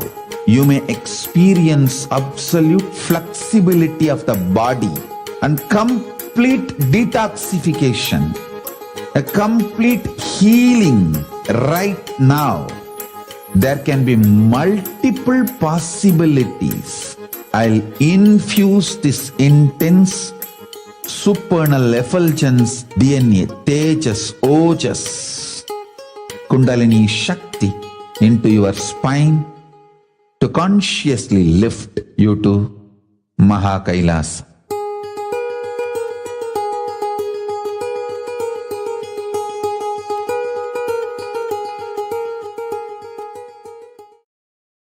A more intelligently connected world leads to a brighter future. An enlightened humanity leads to a better world. During the Paramashivam program, we help people to discover their superhuman possibilities and help them to find and achieve the true purpose of their birth by giving them the techniques, practices, and methodologies from the Vedagamas, the original source scriptures of Hinduism. The Supreme Pontiff of Hinduism is reviving the ancient original Vedas and Agamas in all its glory, in a user-friendly way for the modern mind. The Supreme Pontiff of Hinduism is transforming human beings into divine beings, reviving, initiating, and replicating the 463 powers from the Agamas revealed by Paramashiva. The Supreme Pontiff of Hinduism is not just giving solutions for every problem man faces, but is making them irrelevant to their lives by transforming human beings into divine beings. listen. Any argument presented by your mind, body, your personality to establish Paramashiva. You are not omniscient, omnipotent, omnipresent. Anything presented to prove you are not Paramashiva is illegitimate. Decide this. This is super determinism. Understand? Anything you declare as illegitimate will lose power over you, will die in few days, few minutes, maybe in few weeks, whatever few days it takes. It will not have power over you. Understand, this is the method for sudden enlightenment. This is the method for sudden enlightenment. It happens by the Shaktipada. Here Paramashiva is sitting to tell you all, you are Paramashiva, you are me, with Shaktipada and Shaktinipada. The Dvitiya Vijnasa Krama is an extensive and thorough yoga sequence to prepare your body to receive the experience being given by the Supreme Pontiff of Hinduism. Through the yoga, which is laid down by Paramashiva and the Agamas, you break all the impossibility in your body and in turn break the very cognition of impossibility. The program leads you to go beyond your human frame and limiting human ideas, which prevents you from living your highest possibility. I will reach you wherever you are, whichever corner of the world you may be. I will reach you with enlightenment. Again I tell you, I am not here to prove I am God, I am here to prove you are God. Don't wait to become divine. Register now at paramashivoham.org. A more intelligently connected world.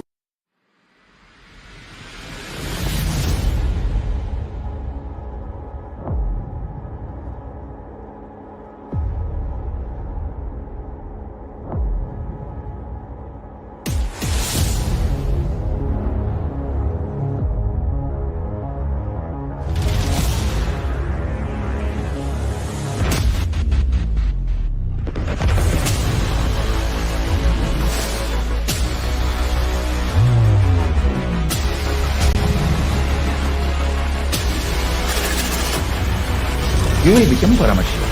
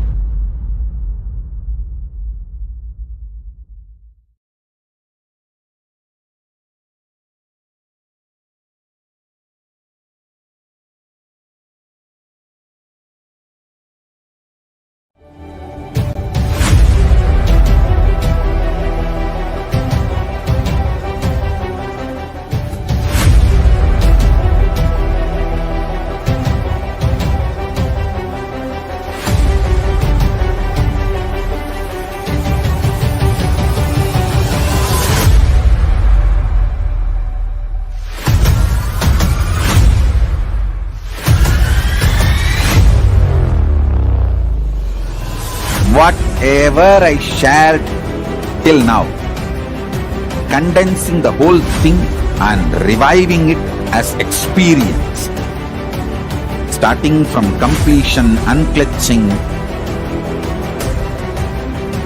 power manifestation,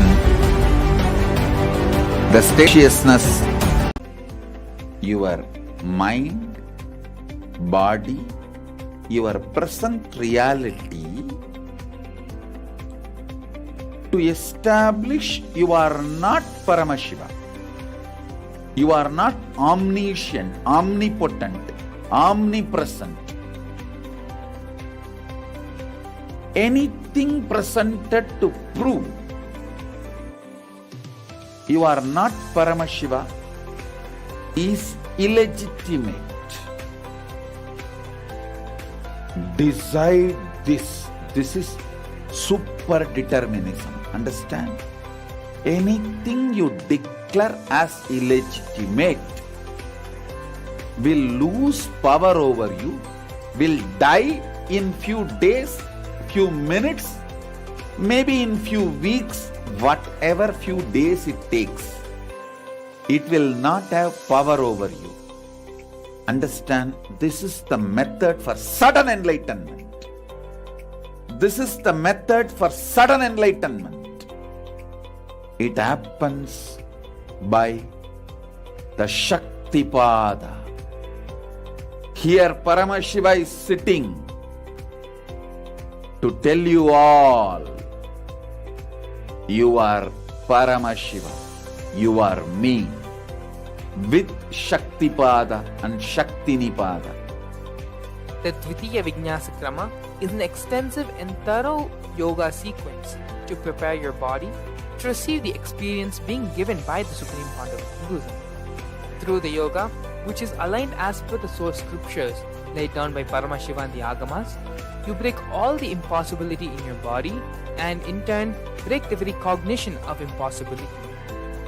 The program leads you to go beyond your human frame and limiting human ideas, which prevents you from living your highest possibility. I will reach you wherever you are, whichever corner of the world you may be. I will reach you with enlightenment.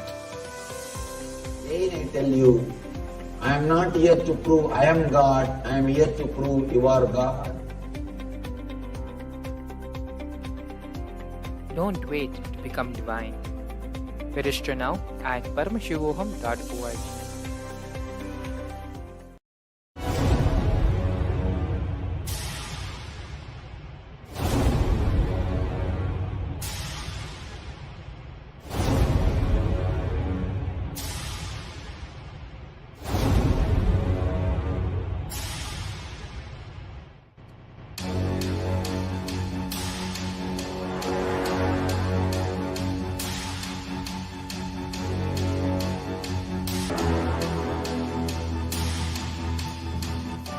Understand?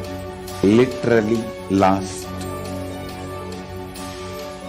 39 years from the age of 5, whatever Paramashiva manifested through teaching, speaking, writing, every way, condensing the whole thing and presenting it to you all as experientially in these 21 days through this Jnana Charya, Jnana Kriya, Jnana Yoga, Jnana Jnana is Mahaparamashivoham.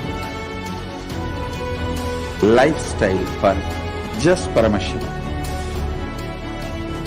Rituals to be just Paramashiva. Yoga for just being Paramashiva. Jnana, just Paramashiva.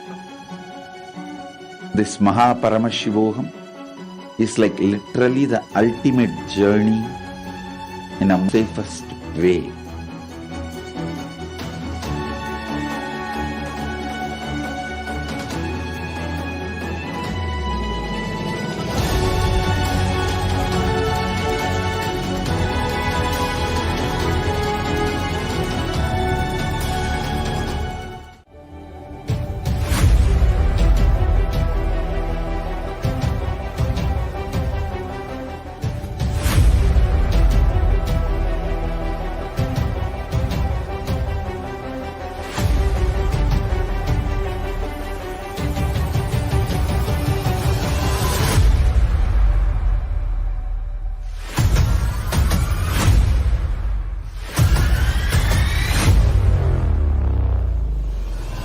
Whatever I shared till now, condensing the whole thing and reviving it as experience, starting from completion, unclutching,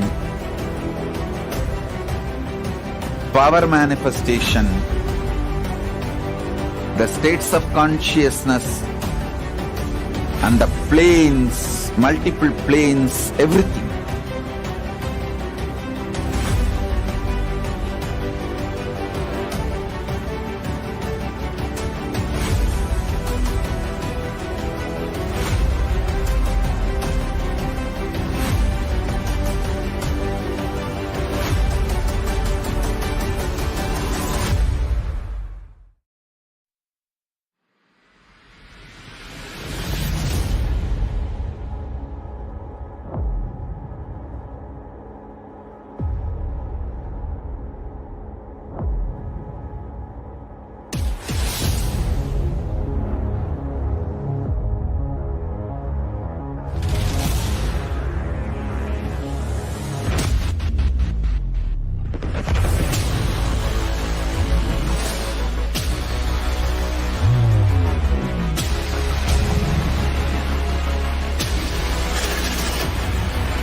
You will become Paramashivam.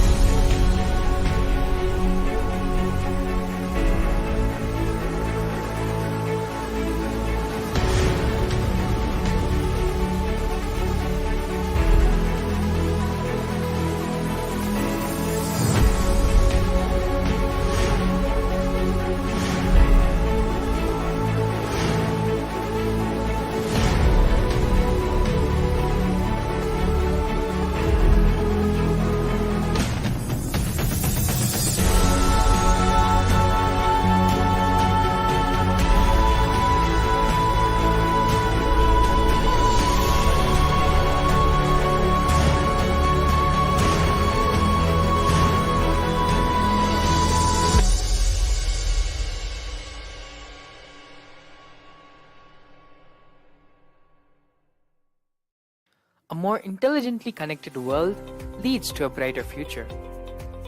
An enlightened humanity leads to a better world. During the Paramashivam program, we help people to discover their superhuman possibilities and help them to find and achieve the true purpose of their birth by giving them the techniques, practices, and methodologies from the Vedagamas, the original source scriptures of Hinduism. The Supreme Pontiff of Hinduism is reviving the ancient original Vedas and Agamas in all its glory, in a user-friendly way for the modern mind. The Supreme Pontiff of Hinduism is transforming human beings into divine beings, reviving, initiating, and replicating the 463 powers from the Agamas revealed by Paramashiva. The Supreme Pontiff of Hinduism is not just giving solutions for every problem man faces, but is making them irrelevant to their lives by transforming human beings into divine beings. Listen. Any argument presented by your mind, body, your present reality to establish you are not Paramashiva. You are not omniscient, omnipotent, omnipresent. Anything presented to prove you are not Paramashiva is illegitimate.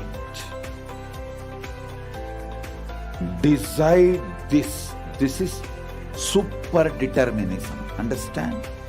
Anything you declare as illegitimate will lose power over you, will die in few days, few minutes, maybe in few weeks, whatever few days it takes. It will not have power over you. Understand? This is the method for sudden enlightenment. This is the method for sudden enlightenment.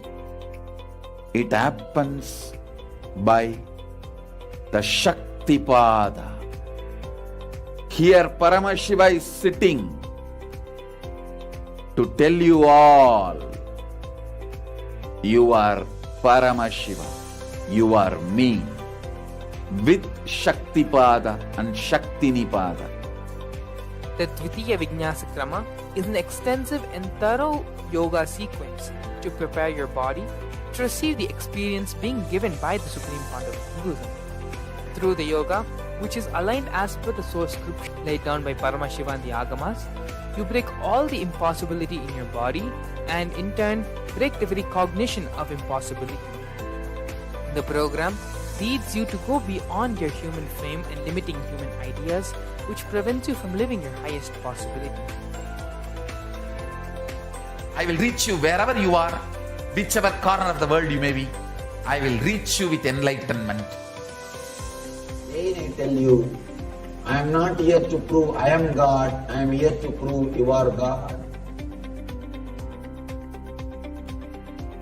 Don't wait to become divine. Register now at paramashivoham.org.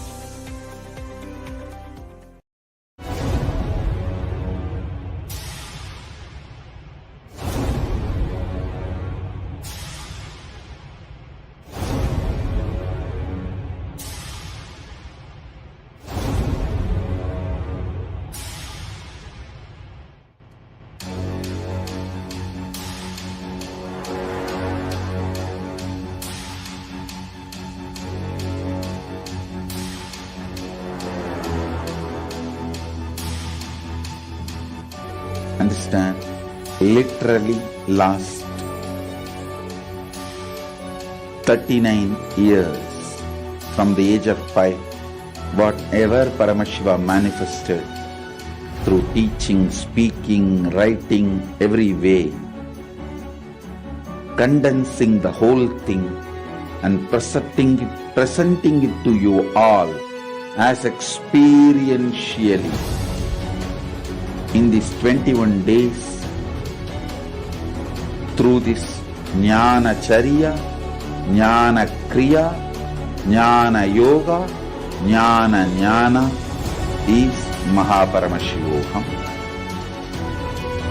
Lifestyle for just Paramashiva. Rituals to be just Paramashiva.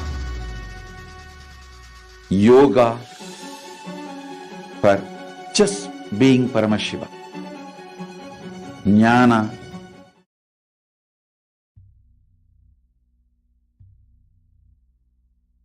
Nithyanandam Paramasukadam Kevalam Jnanamurtam Dvandvatitam Gagana Sadrisham Tattvamasyaadhilaksham Ekam Nityam Vimalamachalam Sarvadi Sakshi Bhutam Bhavaditam Triguna-rahitam Sadguruntam Namami.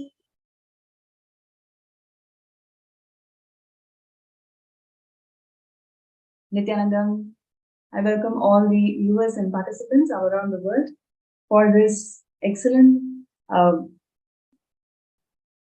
Samadhi Darshans that all of us are experiencing and manifesting. Every day, the Supreme Pontiff of Hinduism, Bhagavan Nithyananda Paramashivam Swamiji, is manifesting the 64 manifestations of Paramashiva and gracing us all with this extraordinary experience of Bhava Samadhi Darshans.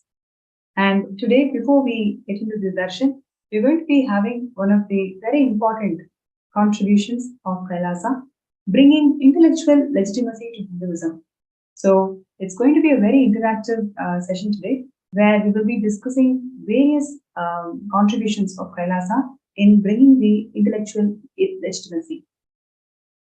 So before we get into the details of this show today, I would like to first briefly describe where do we stand today and why it is very important for us to understand the intellectual legitimacy of Hinduism. Sanskrit, it is one of the oldest available languages that we all know, and it has its dynamic abilities, whether it comes to metaphysical abilities or it comes to greatness of the structure that the language holds, or the formation and the grammar, and its ability to generate numerous meaningful knowledge systems. All of these components forms and makes Sanskrit as something which is extraordinary contribution of Hinduism to the world today. Even now, the modern scientist, whether it is quantum physicists or the mathematicians, every single dynamic field of modern physics and modern mathematics today find nuances in Sanskrit as something extraordinary, and that is something always pertain to research and development. And over the last 2 centuries, the ancient language has been ruthlessly persecuted, and in fact used to its own advantage, misused and used for the at the hands of the anti-Hindu elements, in which that the whole context is distorted by mistranslation, and in fact, in many places, addition of the verses. In many cases, it is misrepresentation of the very language itself. So it is by large being abused by the Western Orientalists and also Dravidians, anti-foreigners, who was literally persecuted the entire language and used this as a powerful weapon to attack the intellectual abilities or the intellectual foreground of Hinduism. And today's segment, we are going to see how Kailasa, the supreme pontiff of Hinduism, Swamiji, has immensely contributed in terms of bringing back the intellectual legitimacy of Hinduism, and how by attacking this intellectual component of Hinduism, literally you can see that how Hindus are suffering from this double genocide effect, in a way that you do not even know that you are getting persecuted.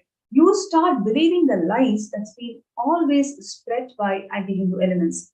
For us to be in this double-blind genocide effect, attacking the intellectual component of Hinduism has always played as a very important tool at the hands of anti-Hindus. And today's segment, we're going to be seeing a lot more facts and a lot more details on how the whole intellectual terrorism had happened to Hinduism.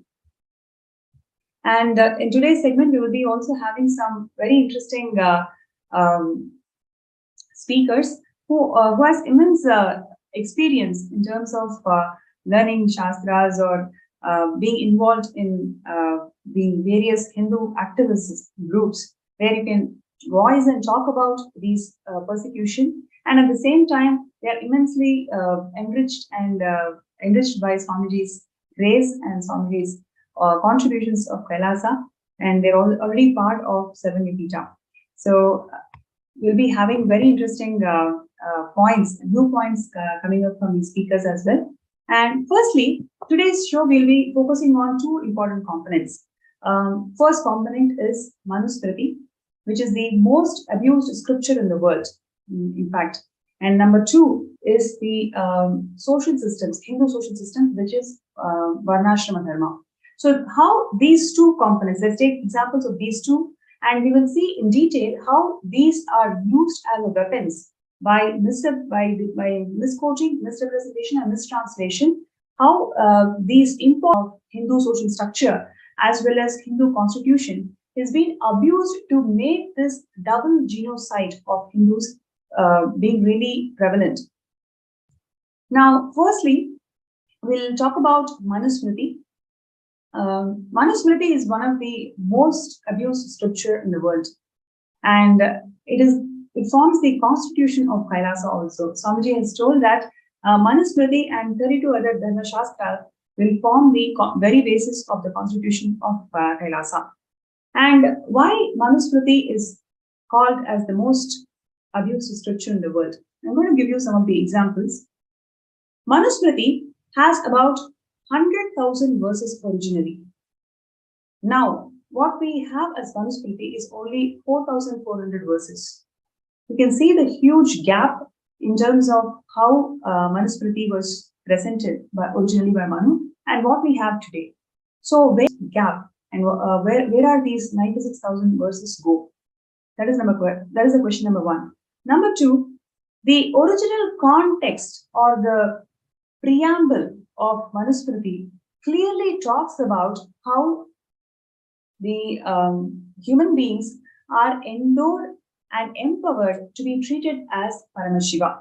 That is the first and foremost preamble that Manusmriti is presenting to the world, where it says that you have right to be treated as Paramashiva. So the very preamble of Manusmriti defines the scripture itself, isn't it? Anytime when you go to a bookshop and you want to buy a book, you read the foreword, and the very foreword will actually give you an essence of what the book is going to talk about. This is what is the usual norm, isn't it? That's exactly how the Shastras also operated thousands of years before. So the very preamble of Manusmriti is clearly documenting that everybody has got right to be treated as Paramashiva, and the very nature of this entire social system is only to empower you towards realizing that you are Paramashiva, and that is what the ecosystem's primordial duty is. So when the preamble of Manusmriti is empowering the human beings to be treated as Paramashiva, number one, and it is also defining that the entire social structure, Hindu social structure, is focused towards empowering to that realization. Number three, it is also giving the idea that it is living enlightenment that is the purpose of life. So all these three things are very clearly stated in the preamble of Manusmriti, so which actually sets the tone of that entire scripture. Now, if the preamble of Manusmriti is defined in this way, then how come what we know as Manusmriti today, how it is completely different? We can actually see the contrast of how we perceive Manusmriti today as and what the preamble of Manusmriti is stated as. Today, we know Manusmriti as a scripture that actually discriminates women. We know Manusmriti as a scripture that is discriminating the lower caste people. We know Manusmriti as a scripture which denies every right that a woman has. In fact, it talks about women should be under the protection of man. From the birth till the death, she should always be under man. These are some of the violently mistranslated quotes of Manusmriti, which makes us feel that, is this for real? How come Hinduism is actually making people as slaves, especially women and the lower caste people? So we Hindus lost trust in Hindu social structure. We Hindus lost trust in the way women is treated in the society. We Hindus lost trust in the entire ecosystem that Manu had actually empowered the humanity with. That's because of this gross misrepresentation and gross mistranslation that has occurred over the last 2 centuries, which led to this destruction of the entire intellectual understanding about Hinduism. The very preamble of Manusmriti is empowering each and every human being as Paramashiva, while what we have today as the mistranslated text is completely distorted. In fact, it gives rise to a hate speech against the very sacred scripture itself. So this is how the anti-Hindu elements used every single component of Hinduism, whatever is actually strengthening, whatever is used to strengthen the ecosystems, these components were picked and chosen, and in fact used, misused, misrepresented, and mistranslated to give that hate speech, to give that double blind genocide effect in all the Hindus. So now we have, now I'm going to request all the viewers out there, you can post your comments. You can post your comments in the YouTube chat. What do you feel about this very fact that how Manusmriti is empowering the humanity with and how it is being treated and misused today? How do you all feel about it? Because the very facts, if you just take the facts of it, you can see how both are extreme corners. But what is presented to today's Hindus is something very, very different, which makes us feel that we have been cheated for last few centuries without even giving the real understanding of what our Shastras talk about. So I request all the viewers and participants today, you can post your feedback, your comments, and how do you feel about this in the Facebook group. And all the YouTube viewers, you can actually post that in the YouTube chat.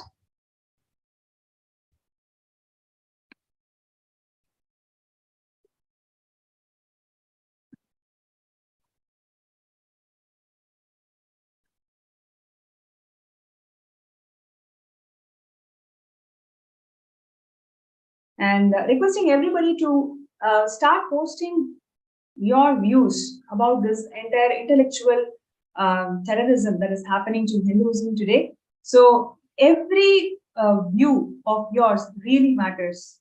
Please understand, if you are part of Kailasa, if you're already part of Swamiji's programs, if you're already a disciple of Swamiji, then you are a Hindu activist. You are the true Hindu activist. Your voice really matters. Your view about what is happening to us today really matters.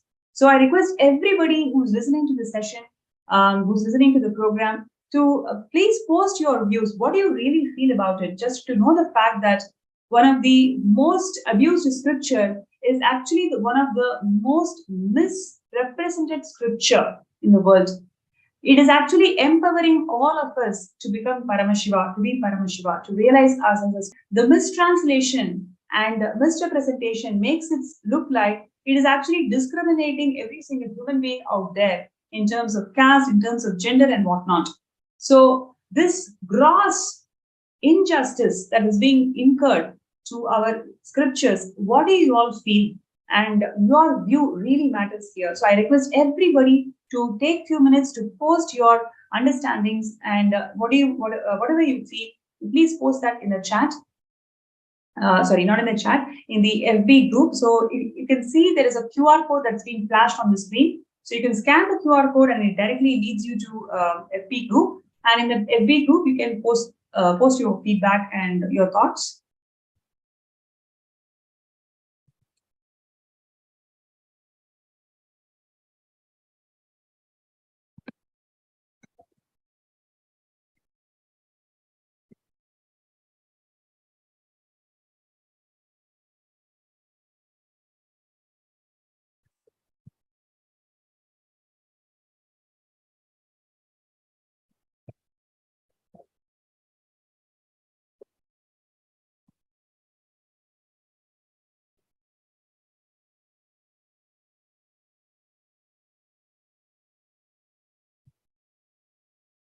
Right. So while we are, waiting for all the participants out there to post your comments and feedback, we will now get into the speakers today. So the first speaker who we have today is Shantidas Ayya, and so I welcome Shantidas Ayya to the show today. Nithyananda Maya. So Shantidas Ayya is working in US, and he has got immense interest and passion towards Hindu activism. He's been participating in several activities in this, and he's also contributed a lot towards collecting various scriptures and various scriptures of Hinduism. And he's one of the 7 Ejmans of Kailasa. So it's my pleasure to welcome Shantidas Ayya to the show today. Thank you. Nithyananda. Great. Thank you so much, Ayya, for joining the show today. And I would really like to hear from you, your first-hand ideas on the topic that we are discussing today, which is intellectual terrorism that's been incurred by the anti-Hindu elements for the last 2 centuries, and how Swamiji is bringing the intellectual legitimacy for Hinduism. Yes. So we need to reflect a little bit in terms so that we better understand. So if we look at our history, we have been we were colonized. In fact, today we are still colonized mentally, if not like politically. Politically, maybe we got maybe we have some political freedom, but in the form of a democratic setup, but still we are intellectually colonized for more than 1,000 years. And if we look at the genesis of the colonization process, how it started, and then maybe what are the important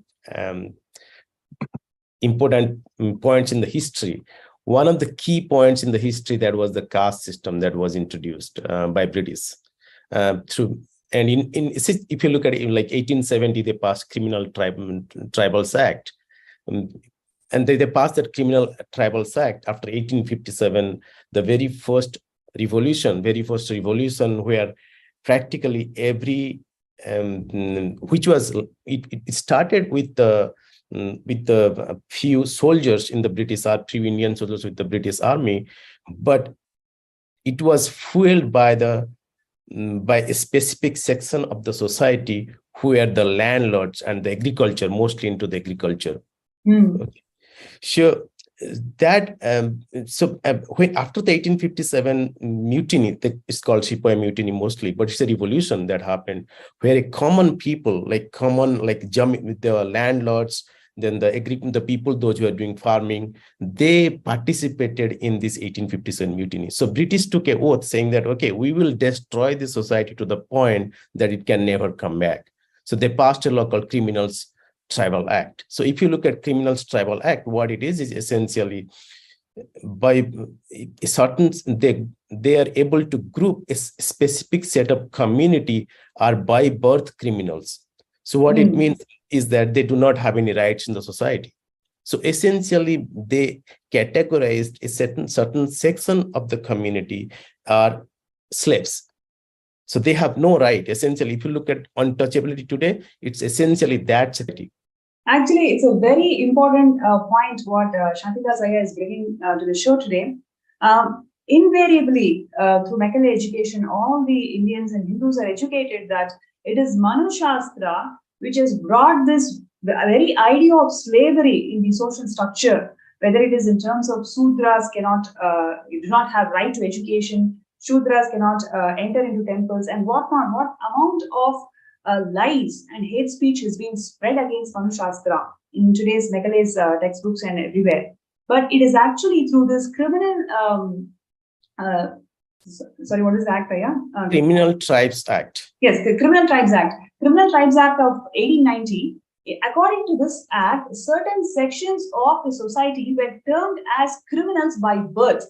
Can you believe this? This is actually introduced in our social structure. So what we are facing as impact of untouchability, impact of slavery, it is not because of Manu Shastra, it is actually because of anti-Hindu elements or the invaders who have spread this poison of Criminal Tribes Act, which by very birth itself calls people as slaves, and they do not have rights in the sections of society. So this level of atrocity has been incurred to us in the society over the last 2 centuries. Yes. And if you look at the criminal tribes or the groups that were categorized, that India had a princely state, about 500 princes, or even more than that. A large section of that princely state came from the community that was declared as Criminal Tribes Act. If a large person, like the princess, people may not know, the Ramakrishna Paramahansas, the queen is from that caste. The queen who established the temples, 7 temples, built 7 temples. She is from the criminals, under the Criminal Tribe Act. Yeah, that is what she is from. So, in fact, the large percentage, more than about 70% of the princes, the kingdoms, belong to that specific caste. So, if you look at how in India during those time, in Hinduism, usually you do not give capital punishment. Capital punishment is very, very discouraged. So the closest form of capital punishment that you give is outcasting. So outcasting is essentially equivalent to you basically outcast them, and it was essentially this section of the people were outcasted from the society. So nobody can. They were untouchable. In fact, it was mostly like slaves in USA, the way the British or the whites brought in slavery into USA. The same thing happened there. They had no rights. They had completely separated from the society. They had a kind of they cannot even go to certain areas. As soon as they go, they'll be prosecuted. They'll be put behind bars and things like that. So if you look at it, the Dalits, today's Dalits or any communities that we talk about essentially comes from that group. And again, the second thing they did is that they tried to group the Varna and Jati into 4 different castes. Hierarchical is not there. In fact, the very first time they introduced this, people fought about saying that I do not belong to this because it doesn't make any sense to me. Because so essentially, every community will have different, like, let's say that they do it based on some specific formula. Nobody could fit into that formula. So there was so much of chaos around it. So they force-fitted that and they tied that into the specific government schemes so that it is enforced in every aspect of the society. That's what they did. That's the very first thing they did. Wow.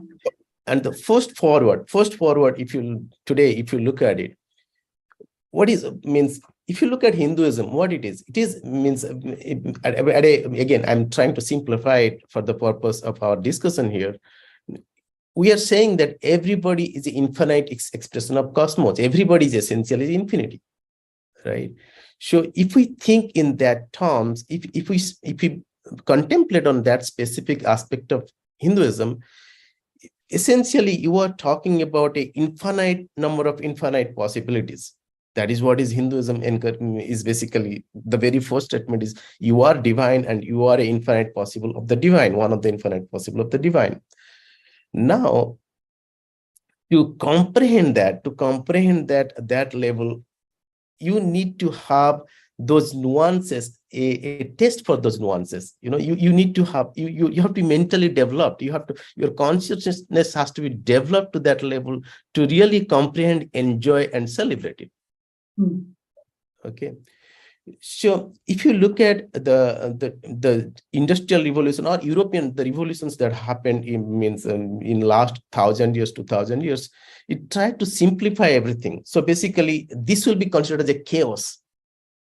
Okay, this infinite of infinite will be considered as a chaos. So that's because they could not comprehend in their binary logic. Yes. We don't understand consciousness. We don't understand multidimensional logic, which is exactly what Swamiji is reviving. Yes. Like through all these programs and initiatives. And Satsang, Swamiji is bringing back that very mental setup of Hindus, which can think beyond this binary. See, one of the things that Swamiji recently shared was there is nothing called box is a hoax, and growth is always. Swamiji shared that box is a hoax. Growth is never linear. It is only vertical, and growth is explosion and positive explosion.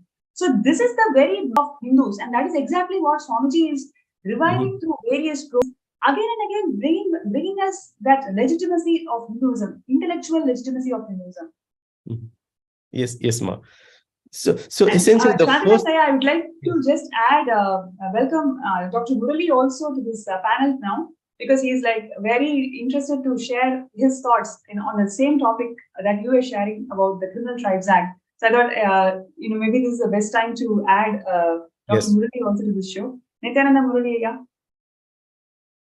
So, dear viewers, we have Dr. Murali joining us in this panel now. So he's a Hindu he used to be a Hindu activist, and now he's a real Hindu activist. Been writing many articles about the Hindu persecution and how Hinduism is destroyed in society today in various portals and various online avenues.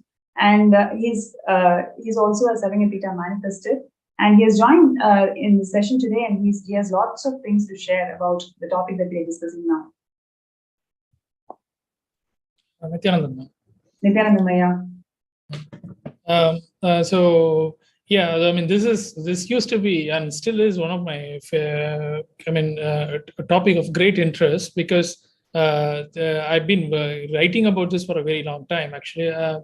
And actually, so recently you would have heard about this portal called ChatGPT, which is an artificial intelligence search engine.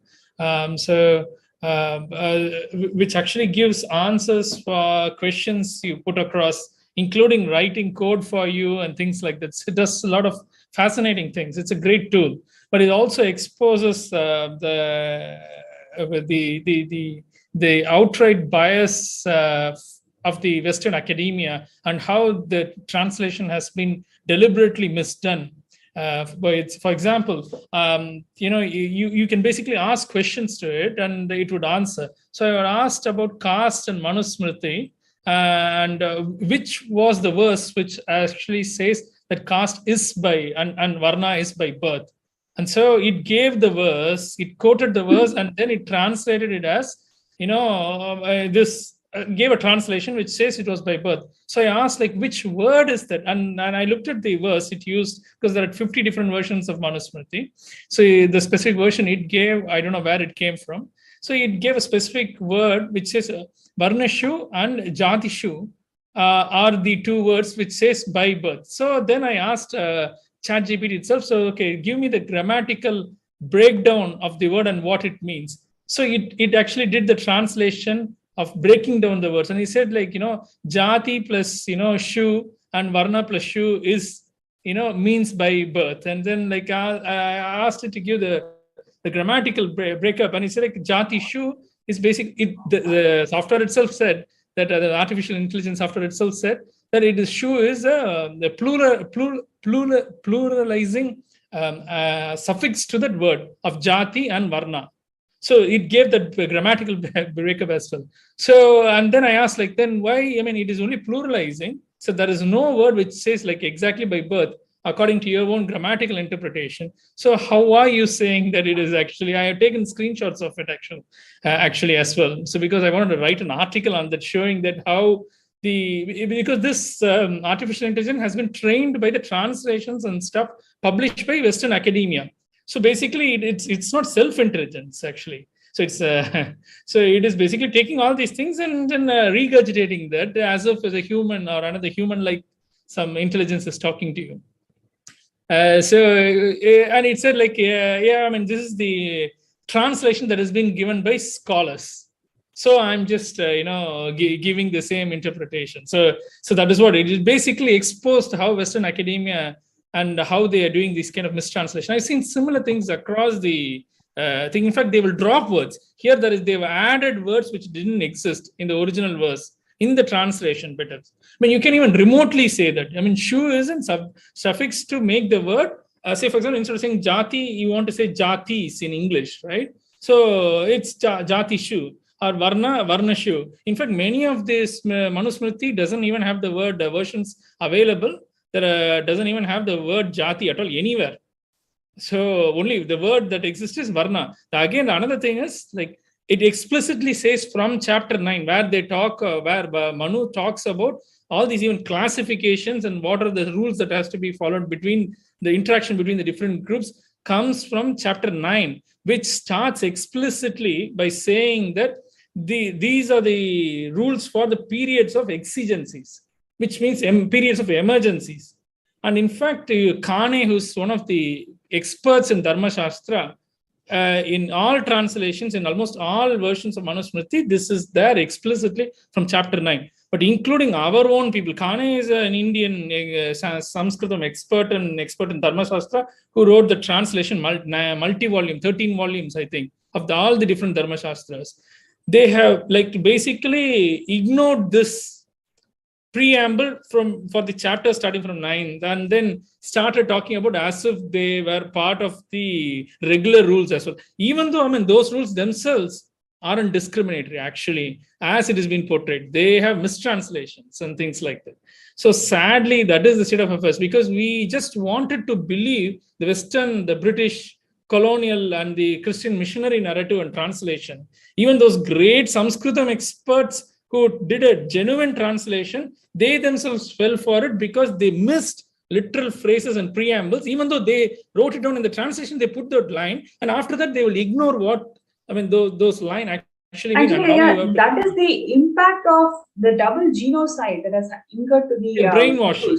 Yes, we are totally brainwashed. Even though we know the language, even though we know the translation, even though we translate it rightly, but we forget it because we are so accustomed to the reality that, okay, Manu Shastra means it is going to discriminate women, it is going to discriminate Shudras. These are all the ideas that has been imprinted in our brains So Exactly. even the Sanskrit scholars are not able to see through this whole thing, and they just fall prey for this. Yes, yes. And also, I'll give you an example. Beautifully brought up the topic of Criminal Tribes Act. In fact, the whole terminology now we use, scheduled caste and scheduled tribe, originated with the Criminal Tribes Act, where they had an appendix, a schedule to the statute, the law, which listed the tribes and the castes. In fact, in Tamil Nadu, you will know, Tamil Nadu, the caste called the Parayar community. The Parayar community, according to British own written records, which was republished by Dharampal in the 1980s, shows that Parayars, and still are, many people in many of the villages still know that only the Talayari, Talayari literally means the village chief, can only be from the Parayar community.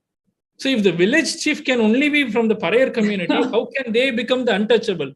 So what was the traditional job of the Talayari was to guard the village. You would have also heard of the caste Padayachi. Padai means army. So Padayachi are the people who went and worked in the army. So Talayari are the people who are the internal security, the police department. It's like the commissioners and deputy commissioners and assistant commissioners we have now in the modern system. In fact, that job of being the police of the community in the village was taken away from them by the British using the Madras Police Act, which is the act which is followed all across India till date for the system of the Indian police service.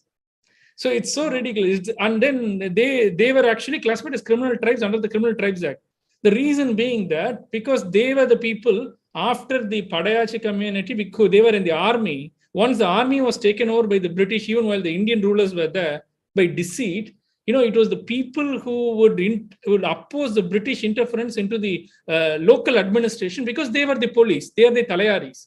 So they were targeted by British and made into untouchable. And when the Criminal Tribes Act came into existence, obviously people started associating with themselves because anybody who associates with the criminal will be classified as criminal. Even now the police, right? If you have somebody in your family who had done something, a crime, they will treat the whole family as of being criminal, and then they will harass you and things like that. If your neighbor is so, if you talk to them, then they will come and question you. Oh, what is the connection between you and things like that? Especially if those people are from the lower middle class and the economically downtrodden classes. So this is a tactic they still use. So people force themselves to be dissociated because out of fear. And then that practice became untouchability later on. So this was, there is another evidence for it. In fact, there is something called... I would like to jump in here, Dr. Mullier. We have Kailasa's Bhaktivasya Ma, who's sharing that I find comfort in Manusmriti. The laws of Manu, Kailasa governing within these laws are of highest cosmic laws, of highest cosmic order. Time-tested law system that runs and governs with highest cognitions is too profound. This system blesses all with one specific thing that brings huge comfort, is that everyone should be treated as Paramashiva. Actually, this is the first preamble, very first introduction that Swamiji gives in Kailasa's jurisprudence, where everybody is Paramashiva and everybody holds right to be treated as Paramashiva. So that is how Kailasa's preamble is written by Swamiji. And Ma Bhaktivasya shares that I am grateful for the system that is complete and has no ulterior motives. It is complete and treats everyone from the space of completion. And we have Wai Chun Yup, who says that I have known my master for 8 months. In these 8 months, I have witnessed many miracles. My master has asked me to demonstrate what compassion and love is. Every perfection touched my soul, and I'm completely moved and respected. Master is too great. He is the future of mankind. So beautiful. In the lines of what Murali was sharing, I just would like to add a couple of things. Aya, you were talking about how this Parayars, people from the south, I'm sure there's so much of revolution happened in this word called Parayar. And in fact, they are actually the village security guards. They come from a very respectable position. Not security. They're like the police. they conducted the panchayat as well. The Talayari means the head. Yeah, exactly. They're Yeah. the chiefs. So we can see to what level the society is brainwashed. And now what Swamiji is doing is he is reviving the whole social system of Hindus, social system that Hindus had. And in fact, the super conscious mutation, the Paramashivam program, Paramashivam program, all these programs that Swamiji is conducting and giving Bhava Samadhi Darshans of 64 manifestations of Paramashiva, everything is to reactivate the DNA, awaken the DNA which holds these specific genetic codes of your Gotra. Because right now we are in a space and place where we don't know our roots. We are in such Hindus are experiencing such identity crises. We don't even know that we have access to huge information just by awakening our Gotras. Because our social systems are so much has undergone so much of persecution, we don't know the values and we don't know the immense potential that exists in these Gotras, which is what Swamiji is awakening through all these initiations and superconscious mutation processes. So that this is one more unique contribution of Swamiji in awakening the Gotras and the potential that each human being holds through awakening of these genetic codes that exist in Gotras. So what Murliaya was sharing was, when through this artificial intelligence tool, in the original Manusmriti, there exists no word called Jati. It is all about Varna. Jati is an introduced term in the medieval period. So, but it is so prevalent in all these mistranslated and misquoted texts that Manu Shastra is actually talking about Jati. Manu never spoke about Jati, in fact. So that is one of the other important things which I wanted to highlight in what Dr. Murliaya was sharing. So, Shantidas Iyer, do you want to add anything to what we're discussing here right now?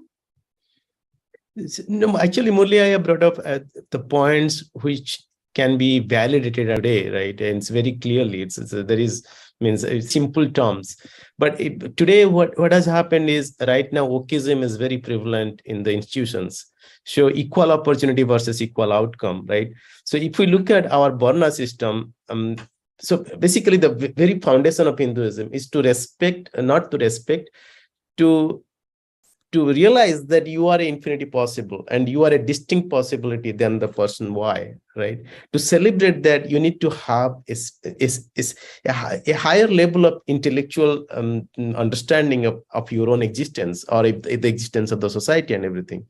Now, over a period of time, as industrial revolution and everything started, it dumbed down the entire system. Right now, if you look at it, because it will be considered as a chaos in a industrial world, this specific kind of society will be considered as a very chaotic society because they do not know how to manage infinite possibilities. It will be considered as a very chaotic. So what they do is they try to dumb down everything in a very simple terms. So that way people's cognition do not go beyond those dumbed down things. Like, for example, Democrat, Republicans. Oh, person A is a Democrat, person B is a Republican. At the most, you will have a centrist. But that is, they dumb down to the point that it becomes easily digestible to the individual, to be communicated to the individual, but still you will be in the control of the narrative.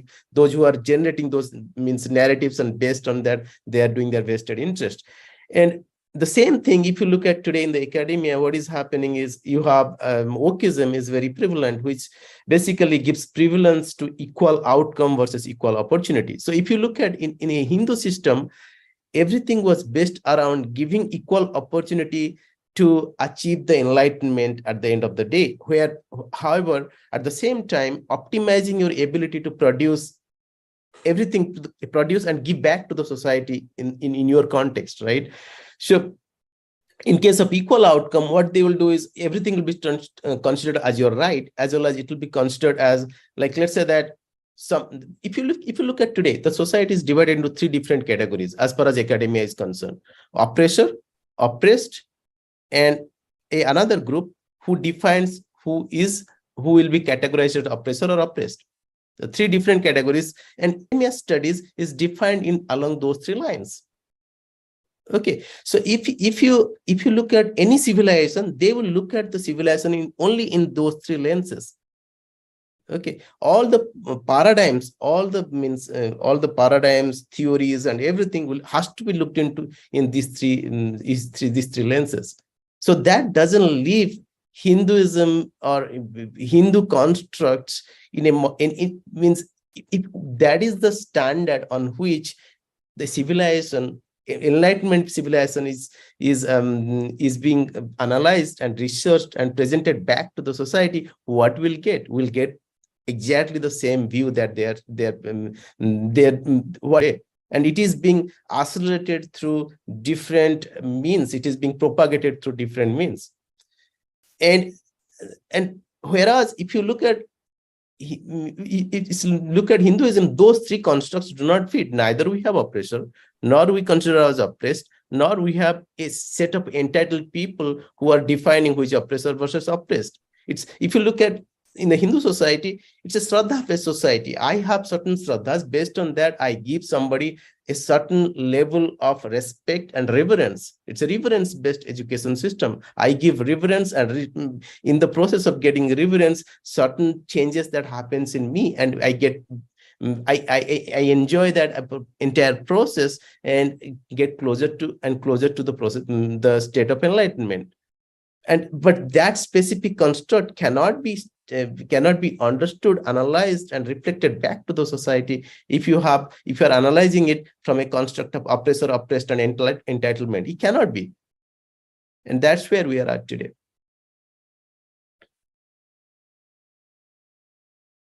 Yes, absolutely. And how do you see Swamiji's contribution over the last 30 years is deeply influencing the Hindu youth in understanding the real intellectual wealth that Hinduism holds? Yes, ma.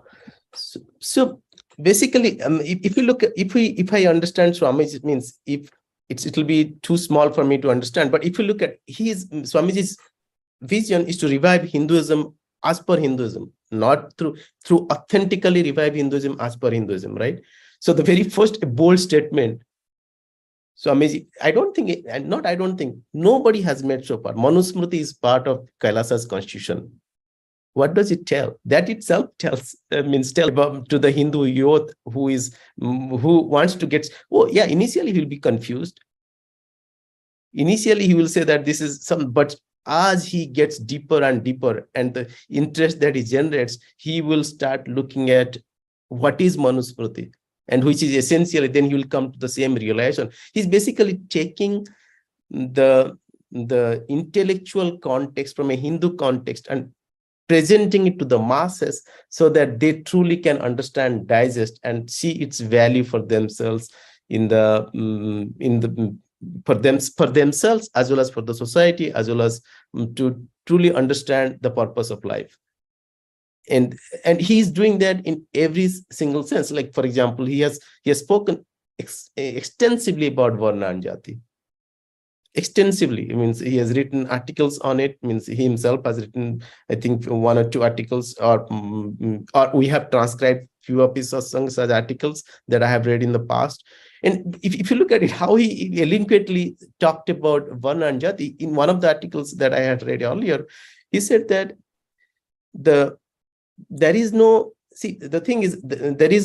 capital difference between a Brahmin teaching something and someone else. Let's say that somebody is let's say that the Brahmin's teaching from a capitalistic point of view has no greater value than somebody producing grain. Like so there is, at that level, there is equality. Okay, because that thought current is not present for a Hindu point of view, that Brahmin's teaching is much more capital value than somebody producing grain. But if you look at today's society, the knowledge, let's say that somebody is doing something in the computers, it has been given a lot more value, in the sense that he can earn more. It is given a lot more value than somebody producing grain. So, but that specific dynamics is missing completely from the Hindu, from a Hindu Varna system point of view, because that specific cognition is missing, because that is how it is not set up. So nobody is supposed to should think that, okay, just because in the process of Brahmins producing knowledge, he will have a much higher status in the society or lower status in the society. There is no such ideas that is that we the Hindus are should cognize. Basically, there is no such concepts that, okay, just because he is teaching, he will have a higher values, he needs to get given more money. There is no capital difference between these two groups. They have more or less same value as far as the society is concerned. It's a fantastic point that you brought out, because I'm in the financial sector now. So this is one of my favorite topics, economics. And Swamiji talks about Sadashiva's economics and economics in the Agama. So there is, if you look at it, for example, the current system, the entire system is designed against that.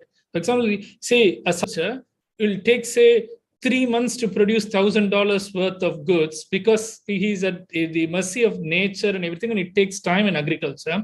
A computer programmer will make the same $1,000 in a month, and somebody in Wall Street will do it, say, in 1 day, make it. So its efficiency is very high. See, the different industries have different efficiencies. So using the same unit of economics, currency, that is, in all these fields, is to actually enslave the agriculturist and destroy it. So because, and so that is why in Agama Swamiji says, essential things like food produce, agricultural produce, and education and healthcare things is all by banter system, or it is taken care of by the community. For example, those days, if you look at it, the Vaidya, that is the community, the village, the doctor, would actually have, like Swamiji has mentioned this, like will have a share coming to them from the entire village agricultural produce for whatever that family and he needs to survive. So he'll be taken care of. So he will always take care of the village's health instead of taking care of them once they fall ill, so that it produces income for him, right? So, and there is no currency there at all. So they will not be running behind currencies. Now, anybody from all the way up to somebody who works as a laborer, to all the way somebody who's on Wall Street is running after the same currency. That is why everybody is running after investment, share market, stock market, mutual funds, and things like that. So basically what they have done is the economic system in the West is designed in a way that it makes people run after currency. Otherwise, their whole life and their retirement is insecure. So constantly people are made feel insecure. So, and also then they have this kind of dividing concept, binary concept like Republican, Democrat. So constantly people fight at all the level, from the level of economics to the level of politics. So they are never at peace, so that you can divide and rule, and you can end the entire system from politics to economics is set up in a way to divide people, to make them run after basic existential security, so that you can keep them enslaved and keep them, dominate them and keep them divided. So they will fight amongst them. So like, for example, yesterday Swamiji talked about how Tamil people have been made to fight amongst themselves, because by putting them into two different camps, one for the container, which is the language, and another for the content, which is for the culture and civilization. And these two people are fighting. We are fighting amongst ourselves. I'm from a Tamil community. We are fighting amongst ourselves, and we are killing ourselves. So in the US, it's even worse. Democrats and the left and right, the left side of your body and the right side of your body is like literally cutting yourself off. I can't even go and look at the comments on a financial website like investing.com. All the time, Democrats and Republicans are literally killing each other off verbally. I really avoid going below. I stopped reading regular news and I never go to regular news sites or anything. Even financial sites, you cannot look at them. Investing.com, what is that for, there for Democrats and Republicans to come and fight? And they like literally